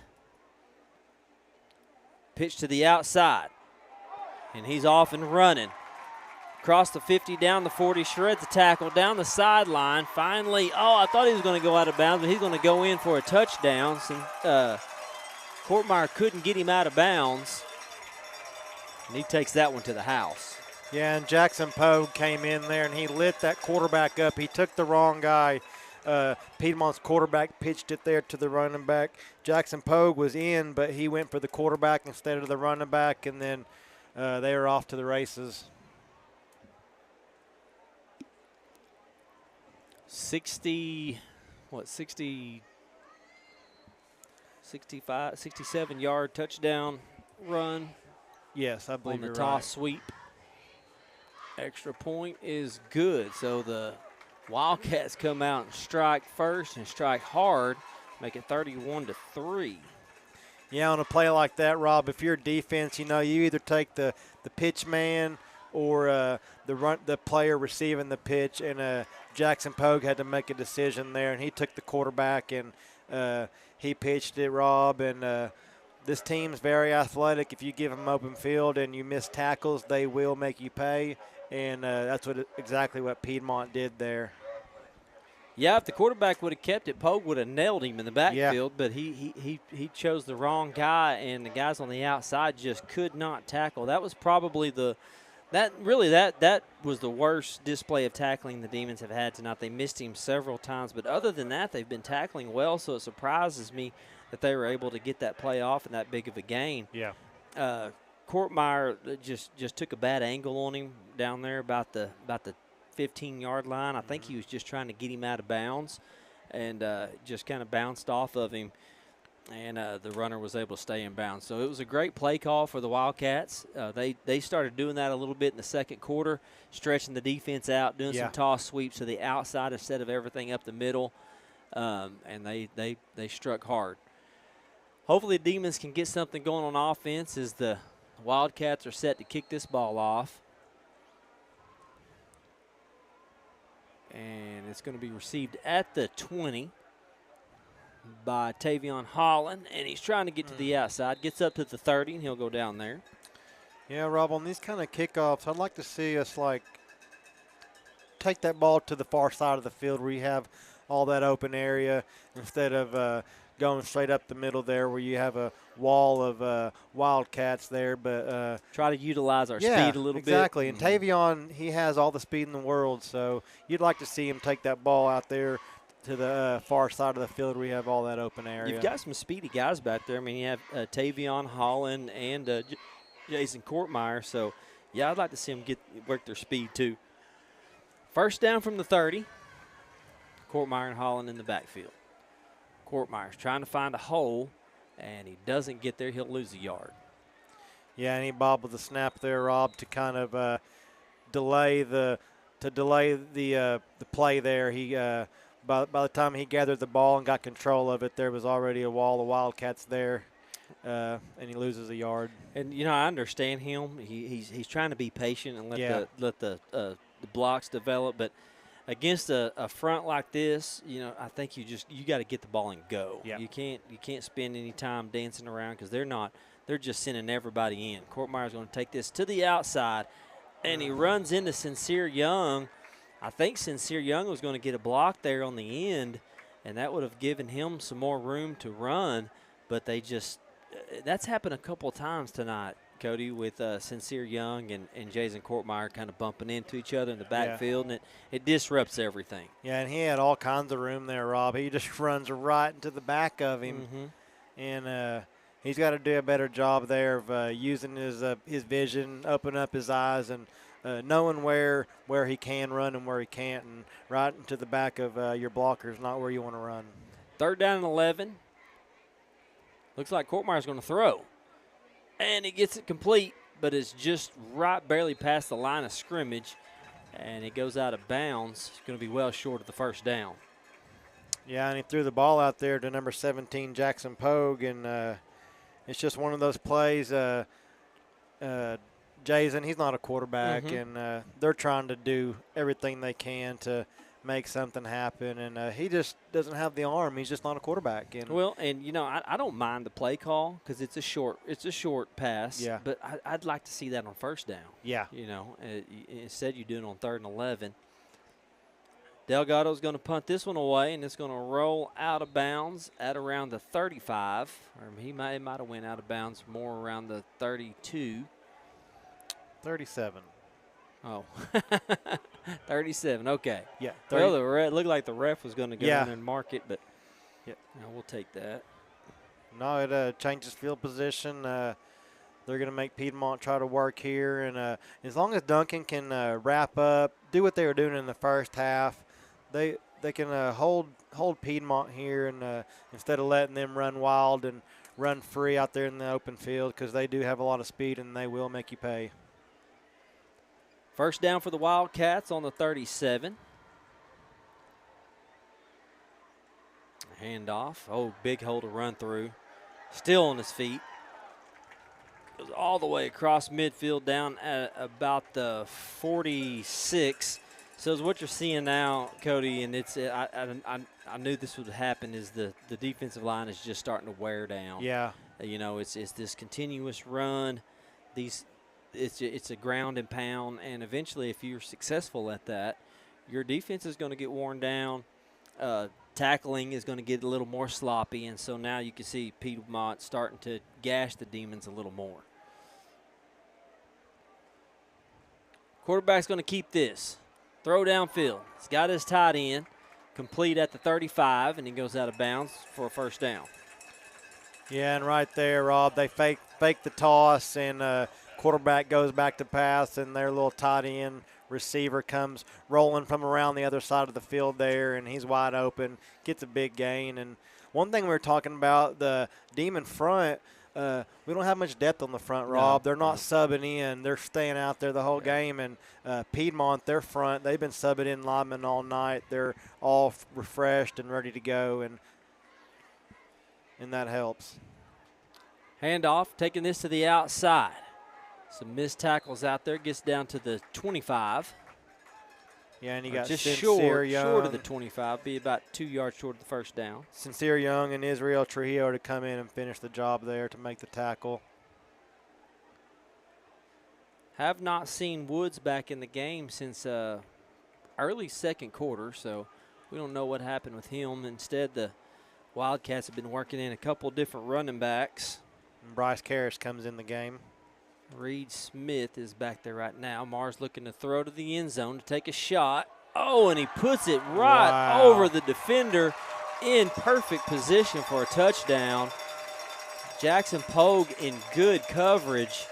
Mars just he dropped it in the bucket, Cody. They couldn't have asked for a better pass. That was pretty. And the receiver there, the running back, he didn't even look for the ball until it was right there.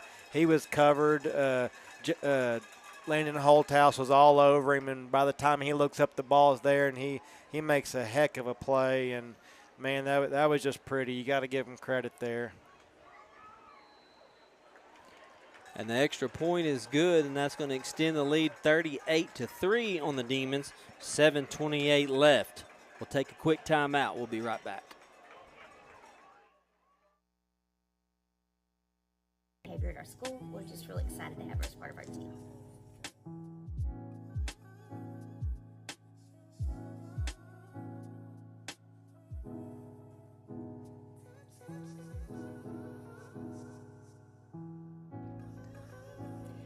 Good morning. I would like to highlight Janie Rao and Sandy Ferguson for helping in our district last week. We sent out a call to get some help in the enrollment office, and both of those ladies popped over and spent 2 days helping us get student records uploaded and supporting Sherry in our enrollment office. So we have a great team over there at 9th Street, and we appreciate those ladies.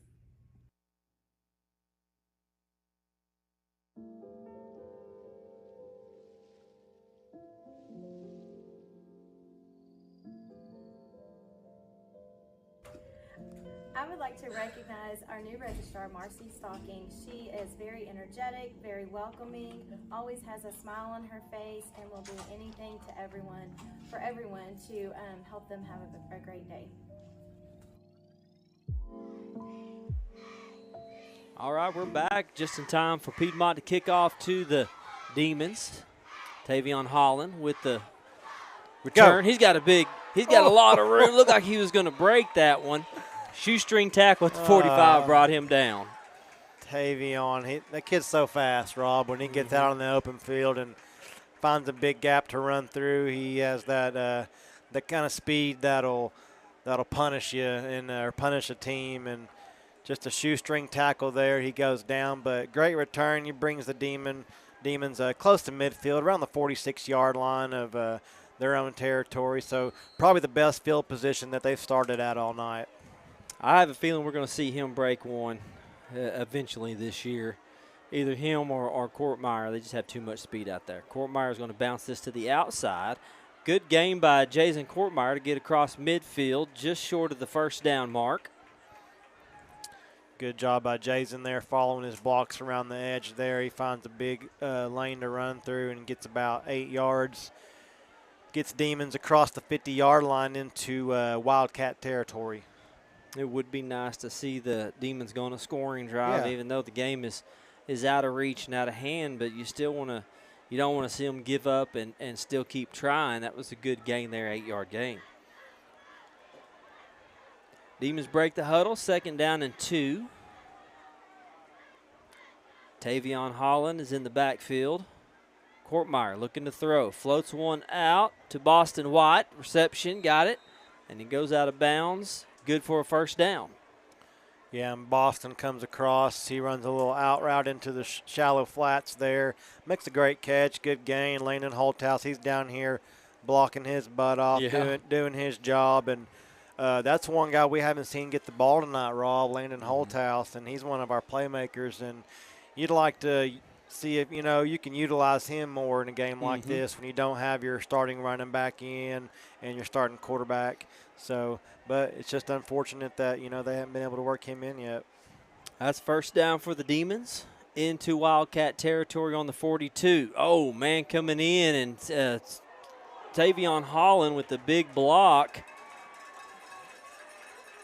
Man, Tavion Holland picked up that guy coming on a blitz. If he wouldn't have, Courtmeyer would have been sacked with a big loss. It was a loss anyway, but Holland paid the price for that block. Yeah, no, Tavion sacrificed himself. He did what he had to do. He did.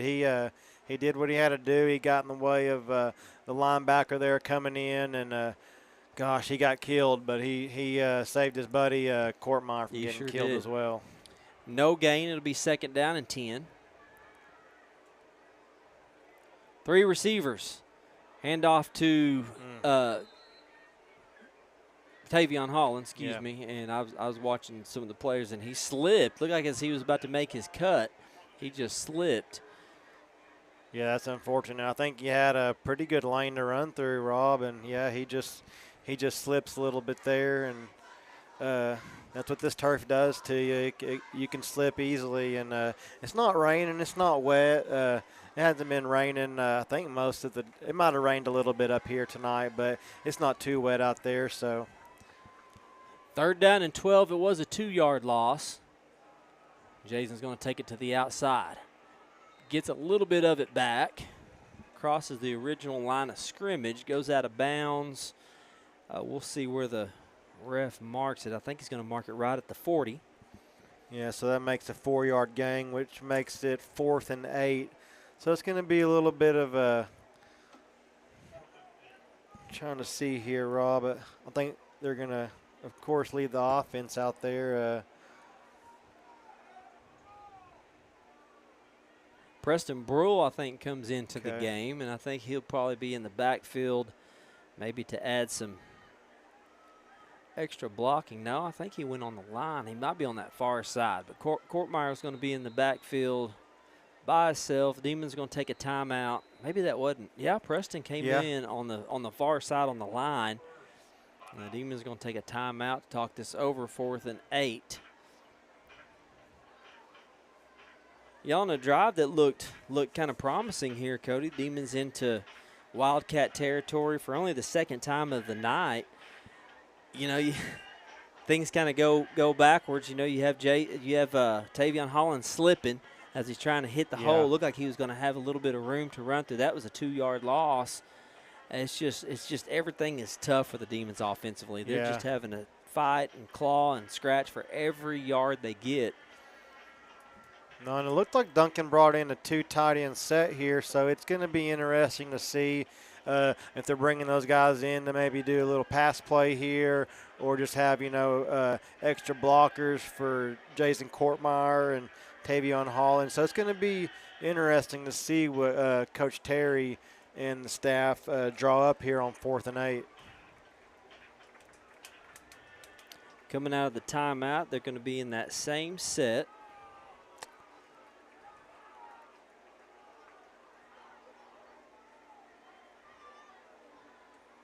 One receiver to the far side. It's 4th down and 8.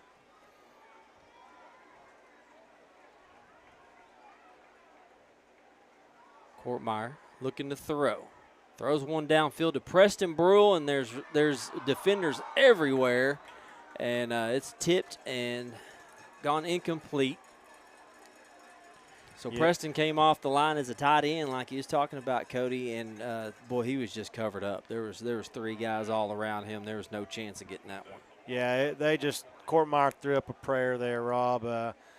He just had to get rid of it. He had pressure in his face, and like you said, they had 3 defenders back. There was no chance. But, what can you do? It's 4th and 8. You can't run it. Got to try something. Yeah, you got to try something, and that just didn't work. I think nothing against Preston. He's an incredible football player, but if I'm going to throw up a pass like that downfield, I'm going to throw it to Landon. Yeah. The wide receiver. Handoff up the middle, and the Wildcats cross midfield at the 50. Yeah, you'd like to see him throw it up to Landon or Sincere. I haven't seen Carr tonight, Rob. I haven't seen number 22 out there tonight. So that, no, I haven't either. It just kind of makes me wonder what's going on with him. But he missed the first game because of an injury. He was in last week, and we haven't seen him tonight. So kind of wonder if that's one of the injuries that we didn't get a report on. First down for the Wildcats. Toss to the outside. Got some blocking going on. Nice tackle out there by Sincere Young. Yeah, just good job by Sincere there, getting to the sideline and recognizing toss right away there, and makes a good play on the ball. It'll be 2nd down and 3.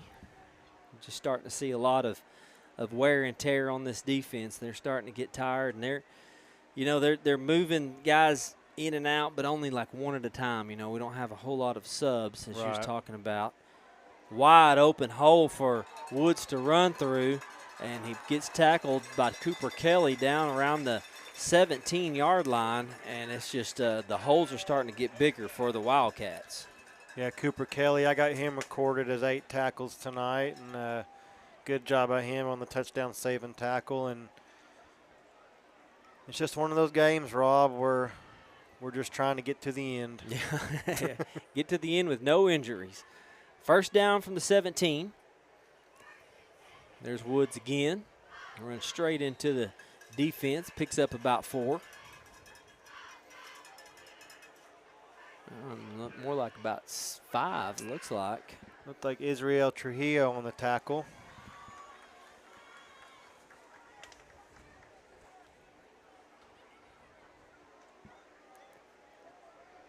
Second down and 5. Well, we didn't see Woods for a long time, and now he's back in the game. And he gets his 3rd carry of the drive.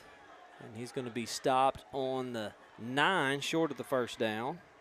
And Preston Brull there on the tackle. We don't know what happened to Cannon Wood. We didn't see him for a long time, and then he comes back in the game and gets back to doing what he was doing in the first half. 3rd down and 2. 2 minutes left in the 3rd. Wildcats in Demons territory. Mars is going to keep it. Picks up the first down. Crosses the 5. Looked like Sincere Young on the tackle, and he's getting up really slow. Demons bringing in a couple of guys for relief. Jacob Kahn and Bryce Charis comes in on the defensive line. I think Duncan's going to have to use a timeout. Yeah, they were trying to get some guys off the field. Like we've been saying, these linemen are getting tired and worn out. Yep. We'll take a timeout with them. We'll be right back.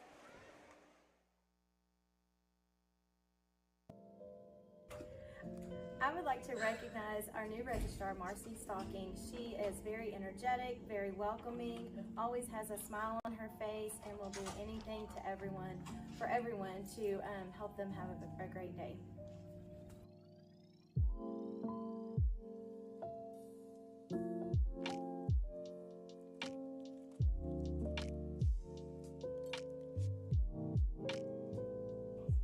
I'm shouting out Lori Mitchell's name for Will Rogers. She is phenomenal, not only with her kids, she's a positive entity to the classroom, but our building as well.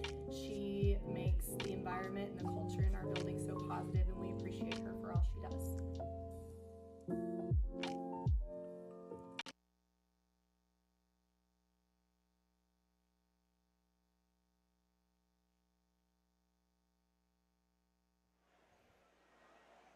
And we're back out of the timeout. It'll be first down and goal. Wildcats have the ball on the 4-yard line. Demons had to take a timeout to get the right personnel in. Hand off to Woods. He's trying to fight forward, and he goes down. Or did he get in? Yep, touchdown, Wildcats. Yeah, Woods, he's just a tough runner, Rob. And, we were wondering earlier why we hadn't been seeing him, and I just think Piedmont, they have a lot of depth at running back. They have a lot of depth throughout this whole team. They've been subbing in guys all night. Everybody's staying fresh. Unlike Duncan, they have very few guys, Rob, that that they can sub in. We're just not depth heavy like these other teams. Extra point is good. Piedmont up on the Demons 45-3 with 1:31 left. We'll be right back.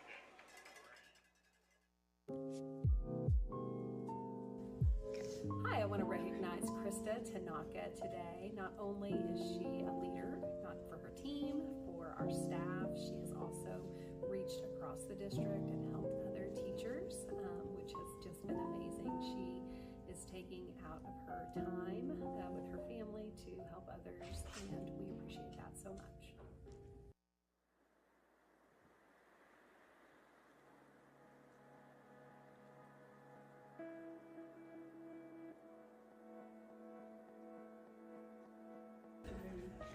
I'd like to recognize Jessica Clayton, our new special ed director for Duncan Public Schools. She's come in as a new director and has just been so professional, has built relationships with families and teachers and staff, and is just doing a great job for our district.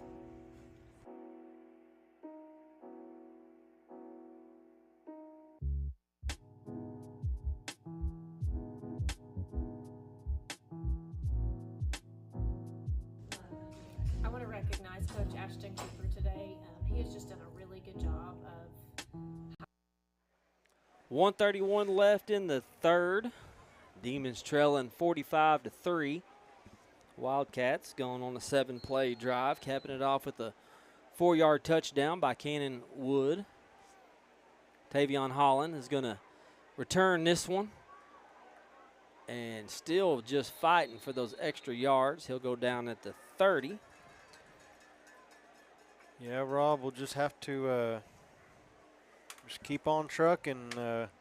Jason, you got to hand it to him. He's never played quarterback, as far as I know. Yeah. He's a sophomore. He's a great wide receiver and corner out there, but you got to give it to him just to step up and as a sophomore to take charge of the offense and command it in every way you can, and you just got to give your hat off to that kid. Yeah, it's a big ask of him to come in against a defense like this and to play this Wildcat formation, which the Demons have not been practicing all year. I mean, they practiced it this week, I'm sure. Courtmeyer trying to get to the outside, and things just the holes close up for him so fast, like you've seen right there. And they probably only practiced it this week. Yeah, and this is it's tough to prepare for this kind of running this kind of offense in just a week. It kind of takes you back to whenever Oklahoma played Texas last year. They didn't have a quarterback, and they had to put their tight end back there to run the Wildcat. And, when your starting quarterback goes out, Sawyer Rice, and then your backup. Chris Couts is the backup, and he's your starting running back. So it just stinks whenever you have two quarterbacks go out at once. It kind of leaves you with your hands up in the air, like, what do we do now? You gotta come up with something, and then I guess your third option is either a freshman quarterback or you bring in a wide receiver or your best athlete on the team to run that Wildcat. And that's what the Demons are having to do tonight, and they had a big unsportsmanlike penalty on the Wildcats, moves the Demons up to the 45. And a first down. Well, at this point, you just want to see the Demons go on some sort of positive drive here. It do these guys some good to be able to go downfield and score a touchdown. And we're not for sure how the Wildcats are playing this, if they're moving backups in yet or not. It looks like they still have all their starting defensive guys out there.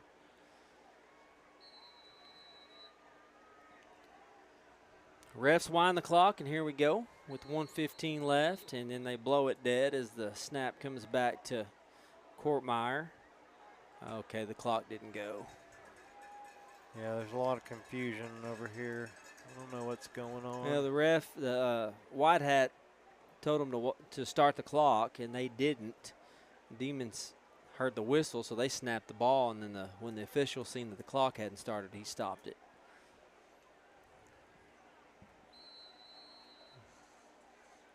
Now he makes the call again, and the clock is started.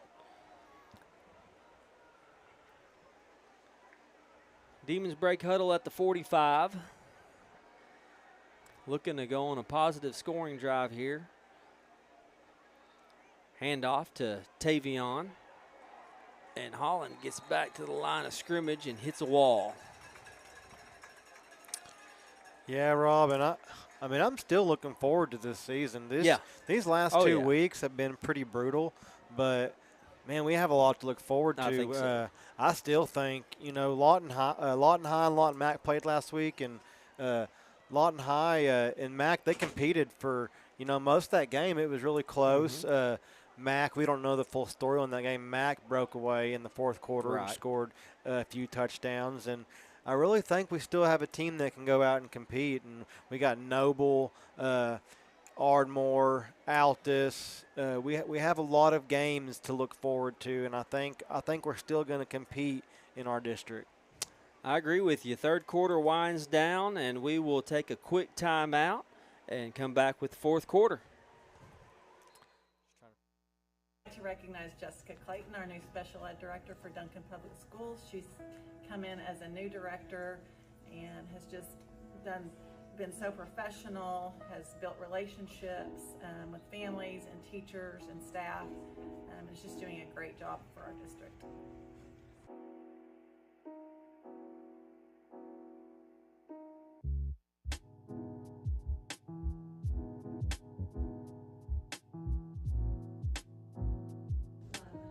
I want to recognize Coach Ashton Cooper today. He has just done a really good job of highlighting things that other coaches in our high school, things that they're doing and things that their athletes are doing, and I just really appreciate him setting the tone, that they all support each other and that they're all of our kids, and I think that's really bled over into how our student athletes are acting and treating and supporting each other. So I really appreciate him taking on that leadership role and supporting his fellow coaches.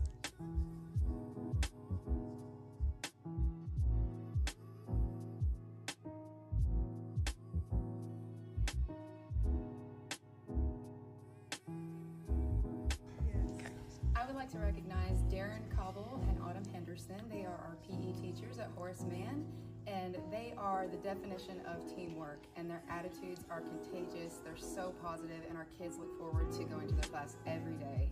They're an amazing team.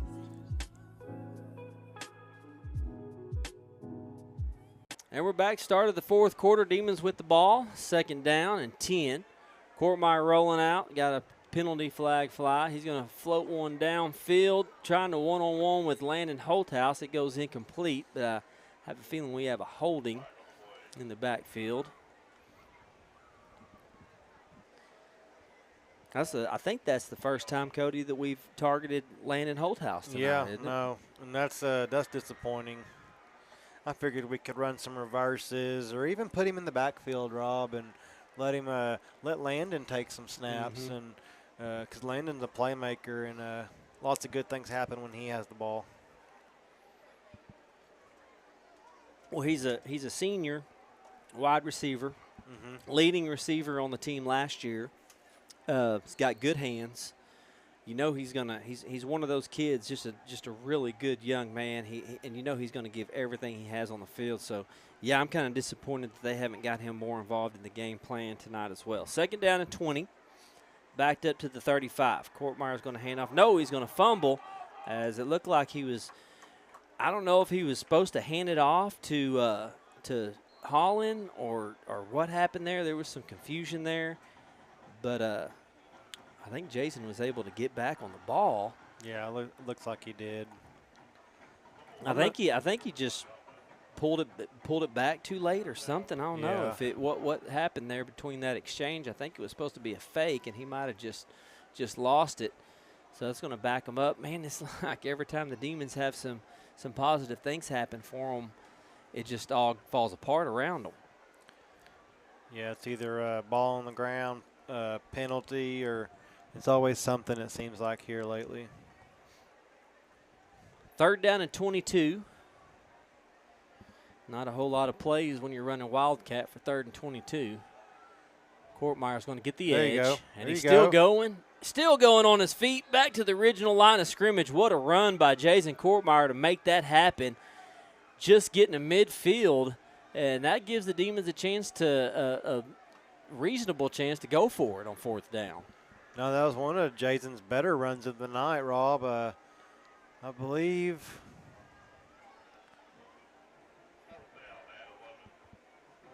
Okay, they're marking him way back there, Rob. Wow. I guess he stepped out. Okay, he must have. I thought he was out at the 50. Yeah. So this will be a 3rd down or 4th down and 11. He still got an 11-yard gain because the ball was on the 33, but I guess he stepped out way back there.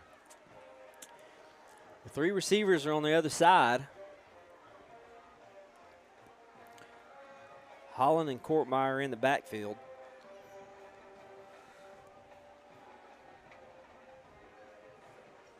Two seconds on the play clock. Just get it off. Courtmeyer with the run.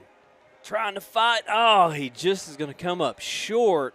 Valiant effort by Jason Courtmeyer to fight through some tackles and push the pile forward, but he's going to come up about 3 yards short of the 1st down. Yeah, he was trying to fight there, Rob. He was giving it his best effort to try and get that 1st down, and just a good job by Jason there. He's trying to do everything he can to make something happen, and it's just very difficult, Rob, whenever you just can't get it done there. Getting back to what you were talking about, though, Cody, as far as district play coming up down the road, we'll do this play real quick. 1st down and 10. It's a handoff.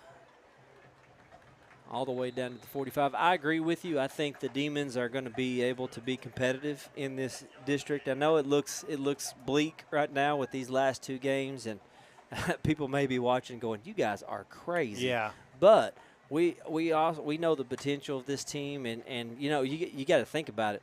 We're down 3 starters tonight, and not only 3 starters, but key starters. Yeah. You know, you're starting guys quarterback, that play both ways. your running back, and Evan Houghton, one of your starting linebackers. It's tough to overcome that, especially when you lean so heavily on those guys.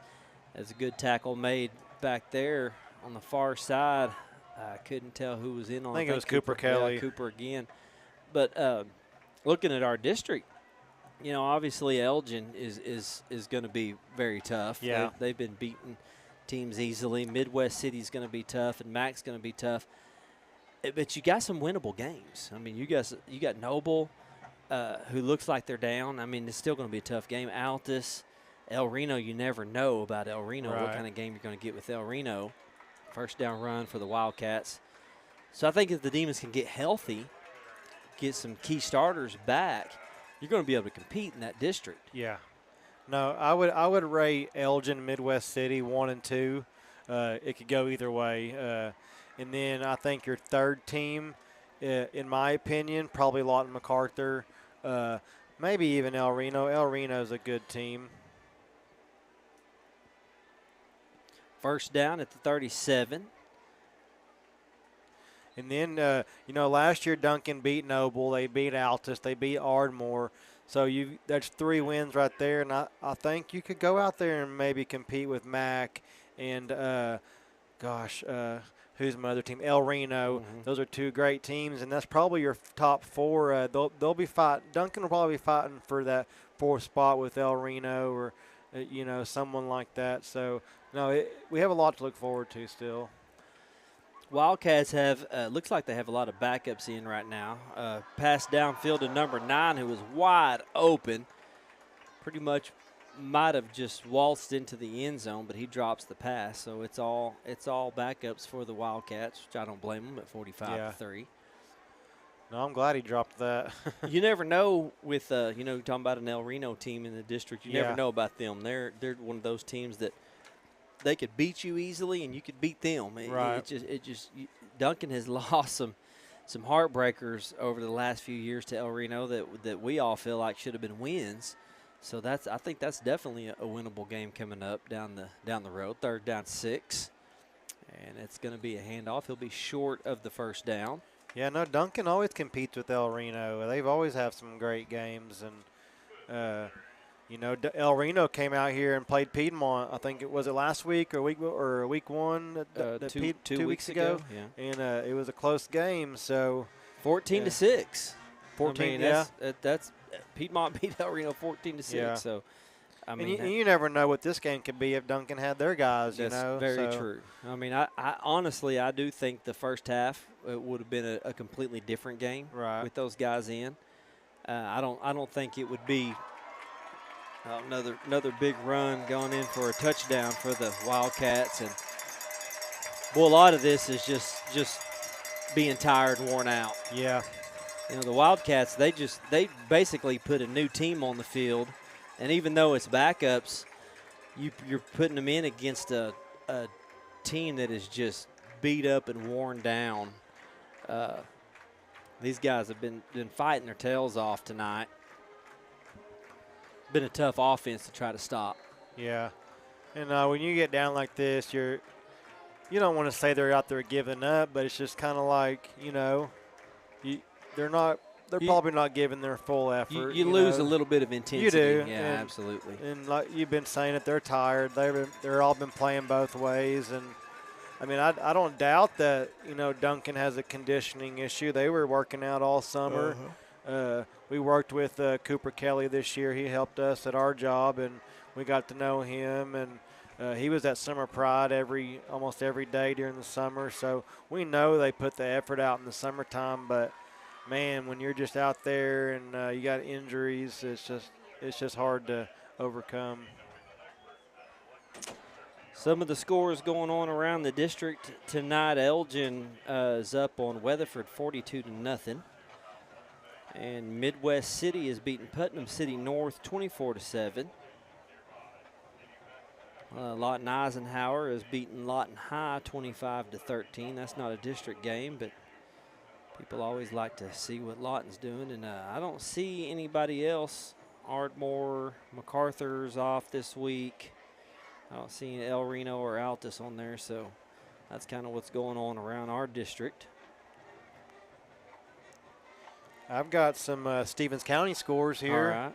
All right. Comanche, they're getting beat by Plainview 51-0 late in the game. And then we've got Marlow. They're playing Perkins Tryon, and they're getting beat 14-7 in the fourth quarter right now. So there's some scores for your teams around the county. Not a good night for Stevens County. Nope, not at all. all. Sounds like all the teams are getting beat. Don't know what Velma's doing. I can get that score here in a sec. Next week, the Demons will be in action against Lawton MacArthur to start district play, and that'll be an exciting game. It always is when Duncan and Lawton Mac meet up. Last year, it was a close game in the first half, like a lot of the Demons games were last year. Mac kind of ran away with it in the second half, but Duncan, they don't get intimidated by Lawton MacArthur. That's the team that they want to beat every year. Demons have the ball here on the 24. Courtmeyer's going to run around the end. Got some room. Still going forward. Nice 8-yard, 9-yard pickup for Jason Courtmeyer. That game will be at Cameron Stadium next week. Kickoff will be at 7 o'clock. We want everybody to come to that game and support the Demons. That's really when the season starts. Right. When district play starts in. These three games here you play in non-district, they don't have really any impact on your season. Of course, you want to win them and look good, but the Demons have had a brutal schedule, and they always do. Outside, Tavian Holland with the big first down run. Gets out across the 40. Here's a positive score for Stevens County of Elma. Elma, they're beating Caddo 60-14.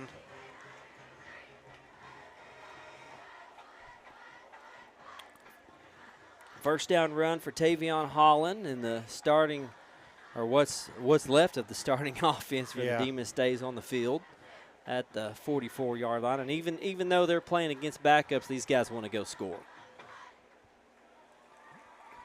No room over there on the far side for Courtmeyer. I'm looking forward to getting those guys back, Rob. Sawyer, he's a heck of a player, and Chris Couts, we know what we got in Chris, and he's been playing defensive end and running back this year, and it's going to be nice to have them guys back, and hopefully they can stay healthy. Hopefully they don't have any lingering issues throughout the season. So hopefully they're doing what they can this week and next week to get themselves healthy and get back on the field for us. Yeah, we think that Chris's injury is kind of existing from last year. You know, he had that bad ankle injury last year, and it happened during the MAC game, and he kind of fought through that all season. Courtmeyer fumbles, and God, I think the Demons, I can't tell if we got to it or not.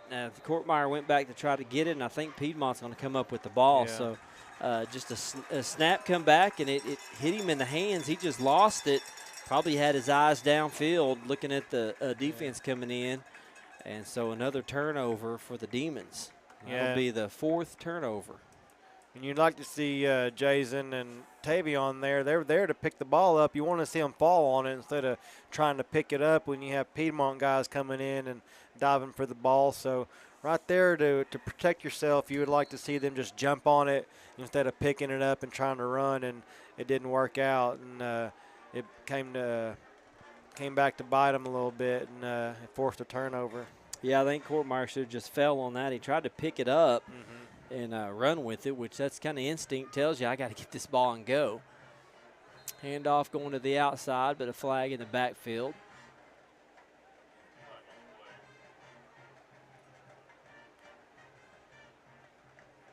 Yeah, it looks like Piedmont's probably got their JV guys in. They look a lot smaller than the starters. Oh, yeah, definitely. You can see a big difference in the size for sure. But that's another thing. The Demons have just faced some big teams this year. Yeah. I mean, you're looking at Lawton High and Guthrie and now Piedmont. It's just we have faced some big physical teams. This is something that Duncan does every year, it seems like. For as long as I can remember, the Demons have always scheduled just really tough, hard-hitting, hard-nosed, talented teams in their non-district schedule. And, you know, I get what coaches are thinking. You know, we want to get these guys battle-tested for district. But, man, I would just like to see one year that us line up some three teams that we can compete with, you know, that we can actually hang with a little bit. Yeah, I wouldn't even mind playing a couple 4A teams, Rob. I'd like to play teams where you can get a win. Yeah. You know, that gives you if you can start out 3-0 going into district or 2-1, you would like to that takes you into that district with some positivity and feeling good about yourselves. And when you're coming out here playing these teams like Guthrie or even like in the past when we played Carl Albert and you get killed, it just doesn't take you into district play feeling too good. And I know we haven't played Carl Albert at the beginning of the year, but back when I played my sophomore, junior, senior year, we played Carl Albert one of our first games of the season, and that's always brutal.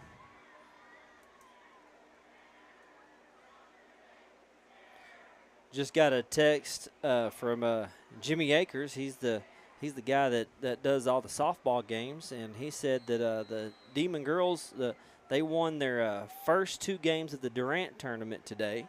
And they'll have 2 more tomorrow. So congratulations to the Lady Demons in softball, and their season is getting close to ending.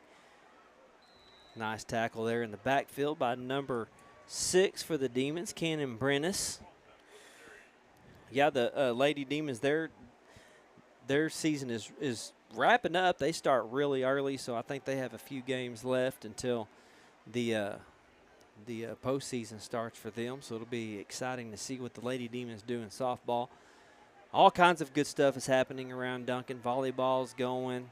Be sure and go out and catch some of these other sports. I think cross country is still in. I'm not for sure if they're done yet or not, but. Second down and 9 here, 3 minutes left in the game. Sweep to the outside. See if the Demons can get him. He jumps over one of the Demons who goes down, trying to make the tackle. That was number 30 for the Demons, Jackson Simpson. Boy, he looked like he had a clear tackle. He went low, you know, doing what you're supposed to do, and the running back just leaped over him. So Jackson did what he was supposed to do there, going low for the tackle. Yeah, Jackson Simpson, that's my old neighbor. I remember when he was a little boy. So now he's out here. Yeah, You're calling his game. It's weird seeing him out here all grown. Yeah, all grown. That's how you know you're getting old there, Yes. Cody, whenever you say stuff like that. Bobbled the handoff in the backfield, reverses field position, and he's able to break through some tackles, get the first down, and go all the way down to the 10. There's a flag in the backfield, but tried the toss sweep to number 32. I don't know how in the world he was able to get across field. Looked like that play was going to be blown up in the backfield, but a holding penalty is going to bring it all back.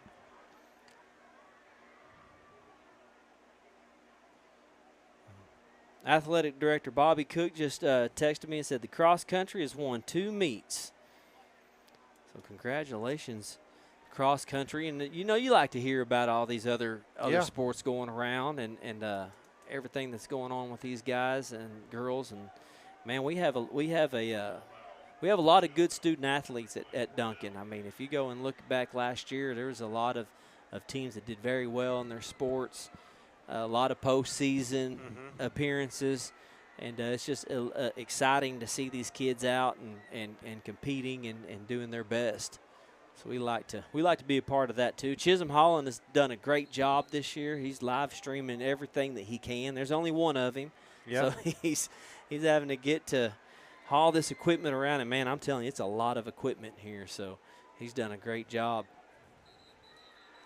Yeah, no, everything he's done has been top of the line. So we give him tons of credit for coming in and doing such a good job. Give him credit, and Dr. Byerly and Bobby Cook for helping him out and giving him the equipment that he needs to get this done. And I'm telling you, it's a lot. It's a lot to do. And, man, we love it. We love to spend the evenings with these kids. And even though these past 2 weeks have been kind of tough, you know, you hate to see these guys take a licking like this, because a lot of these guys we get to know. You know, we get to know these guys personal, and I'm telling you, we got a group of kids just a great group of kids here on the field, and you hate to see these kind of days like this. But we know that Coach Terry and his staff they're gonna regroup, get these guys back focused, get them back healthy. That's the main thing. And from what I can tell tonight, we haven't had any injuries. It's hard to see from up here who goes out and stays out. Sometimes we lose track. We'll find out throughout the week. Yeah. No, it seems like we've come out pretty clean tonight, Rob. There hadn't anybody out there laying on the field, you know, cramping up or getting hurt, or so it seems like it's been a pretty clean game so far as injuries, and that'd be a great outcome. It'll be a 4th and 23, and the Wildcats are going to punt. Nobody back there to receive it for the Demons, and I think they're going to mark it in the end zone. Did he go in? I think he. Yeah, he went in. Okay. Did he? Okay.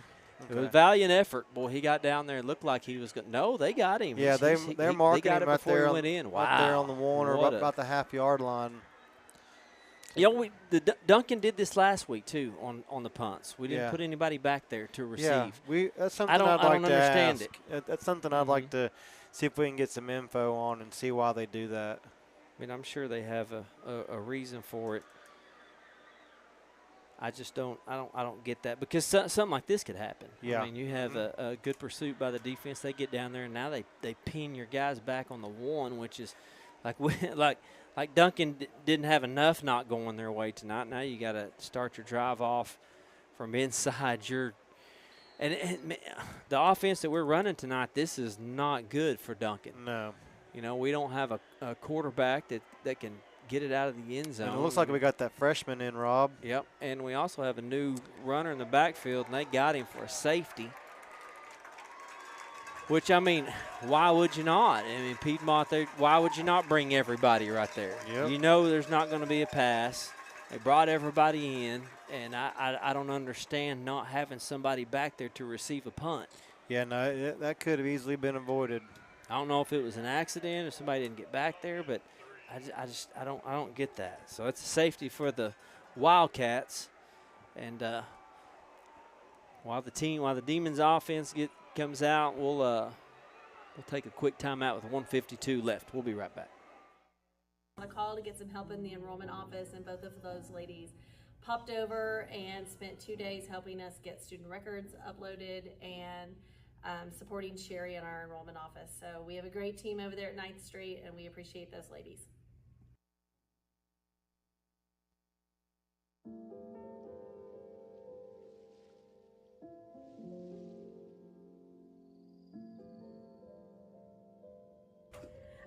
I would like to recognize our new registrar, Marcy Stocking. She is very energetic, very welcoming, always has a smile on her face, and will do anything to everyone, for everyone to help them have a great day.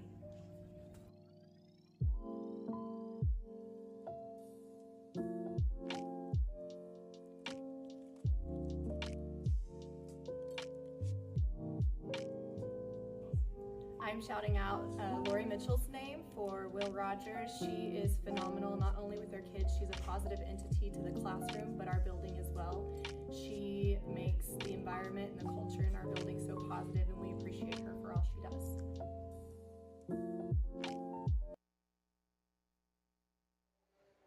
.152 left in the game. We're back.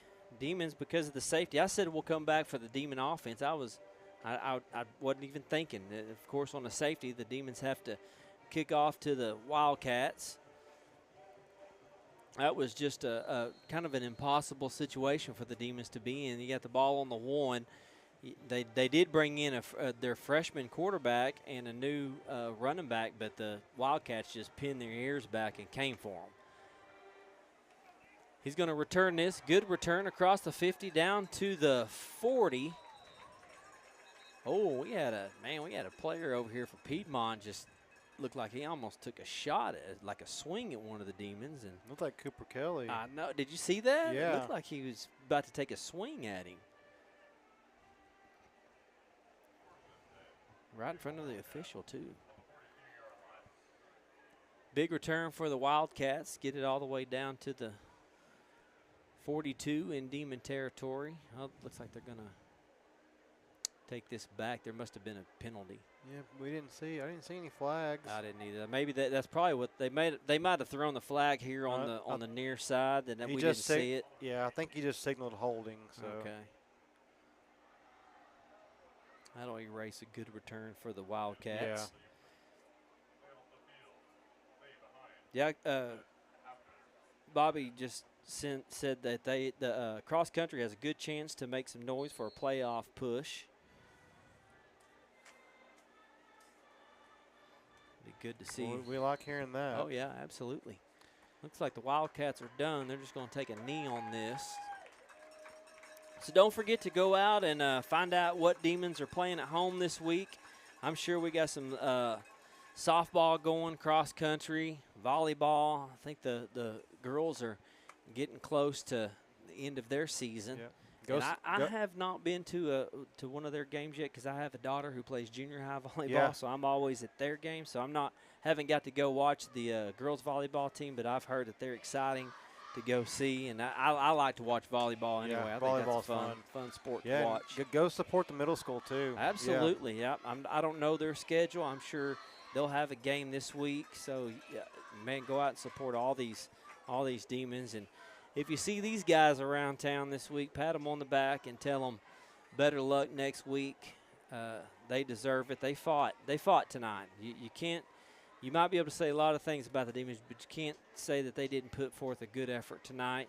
The scoreboard might look differently. It's 54-3, but they did. They did what they could in a tough situation, faced with a lot of key members not a part of the team tonight. Hopefully, we'll get those guys back next week, and it'll be a different story.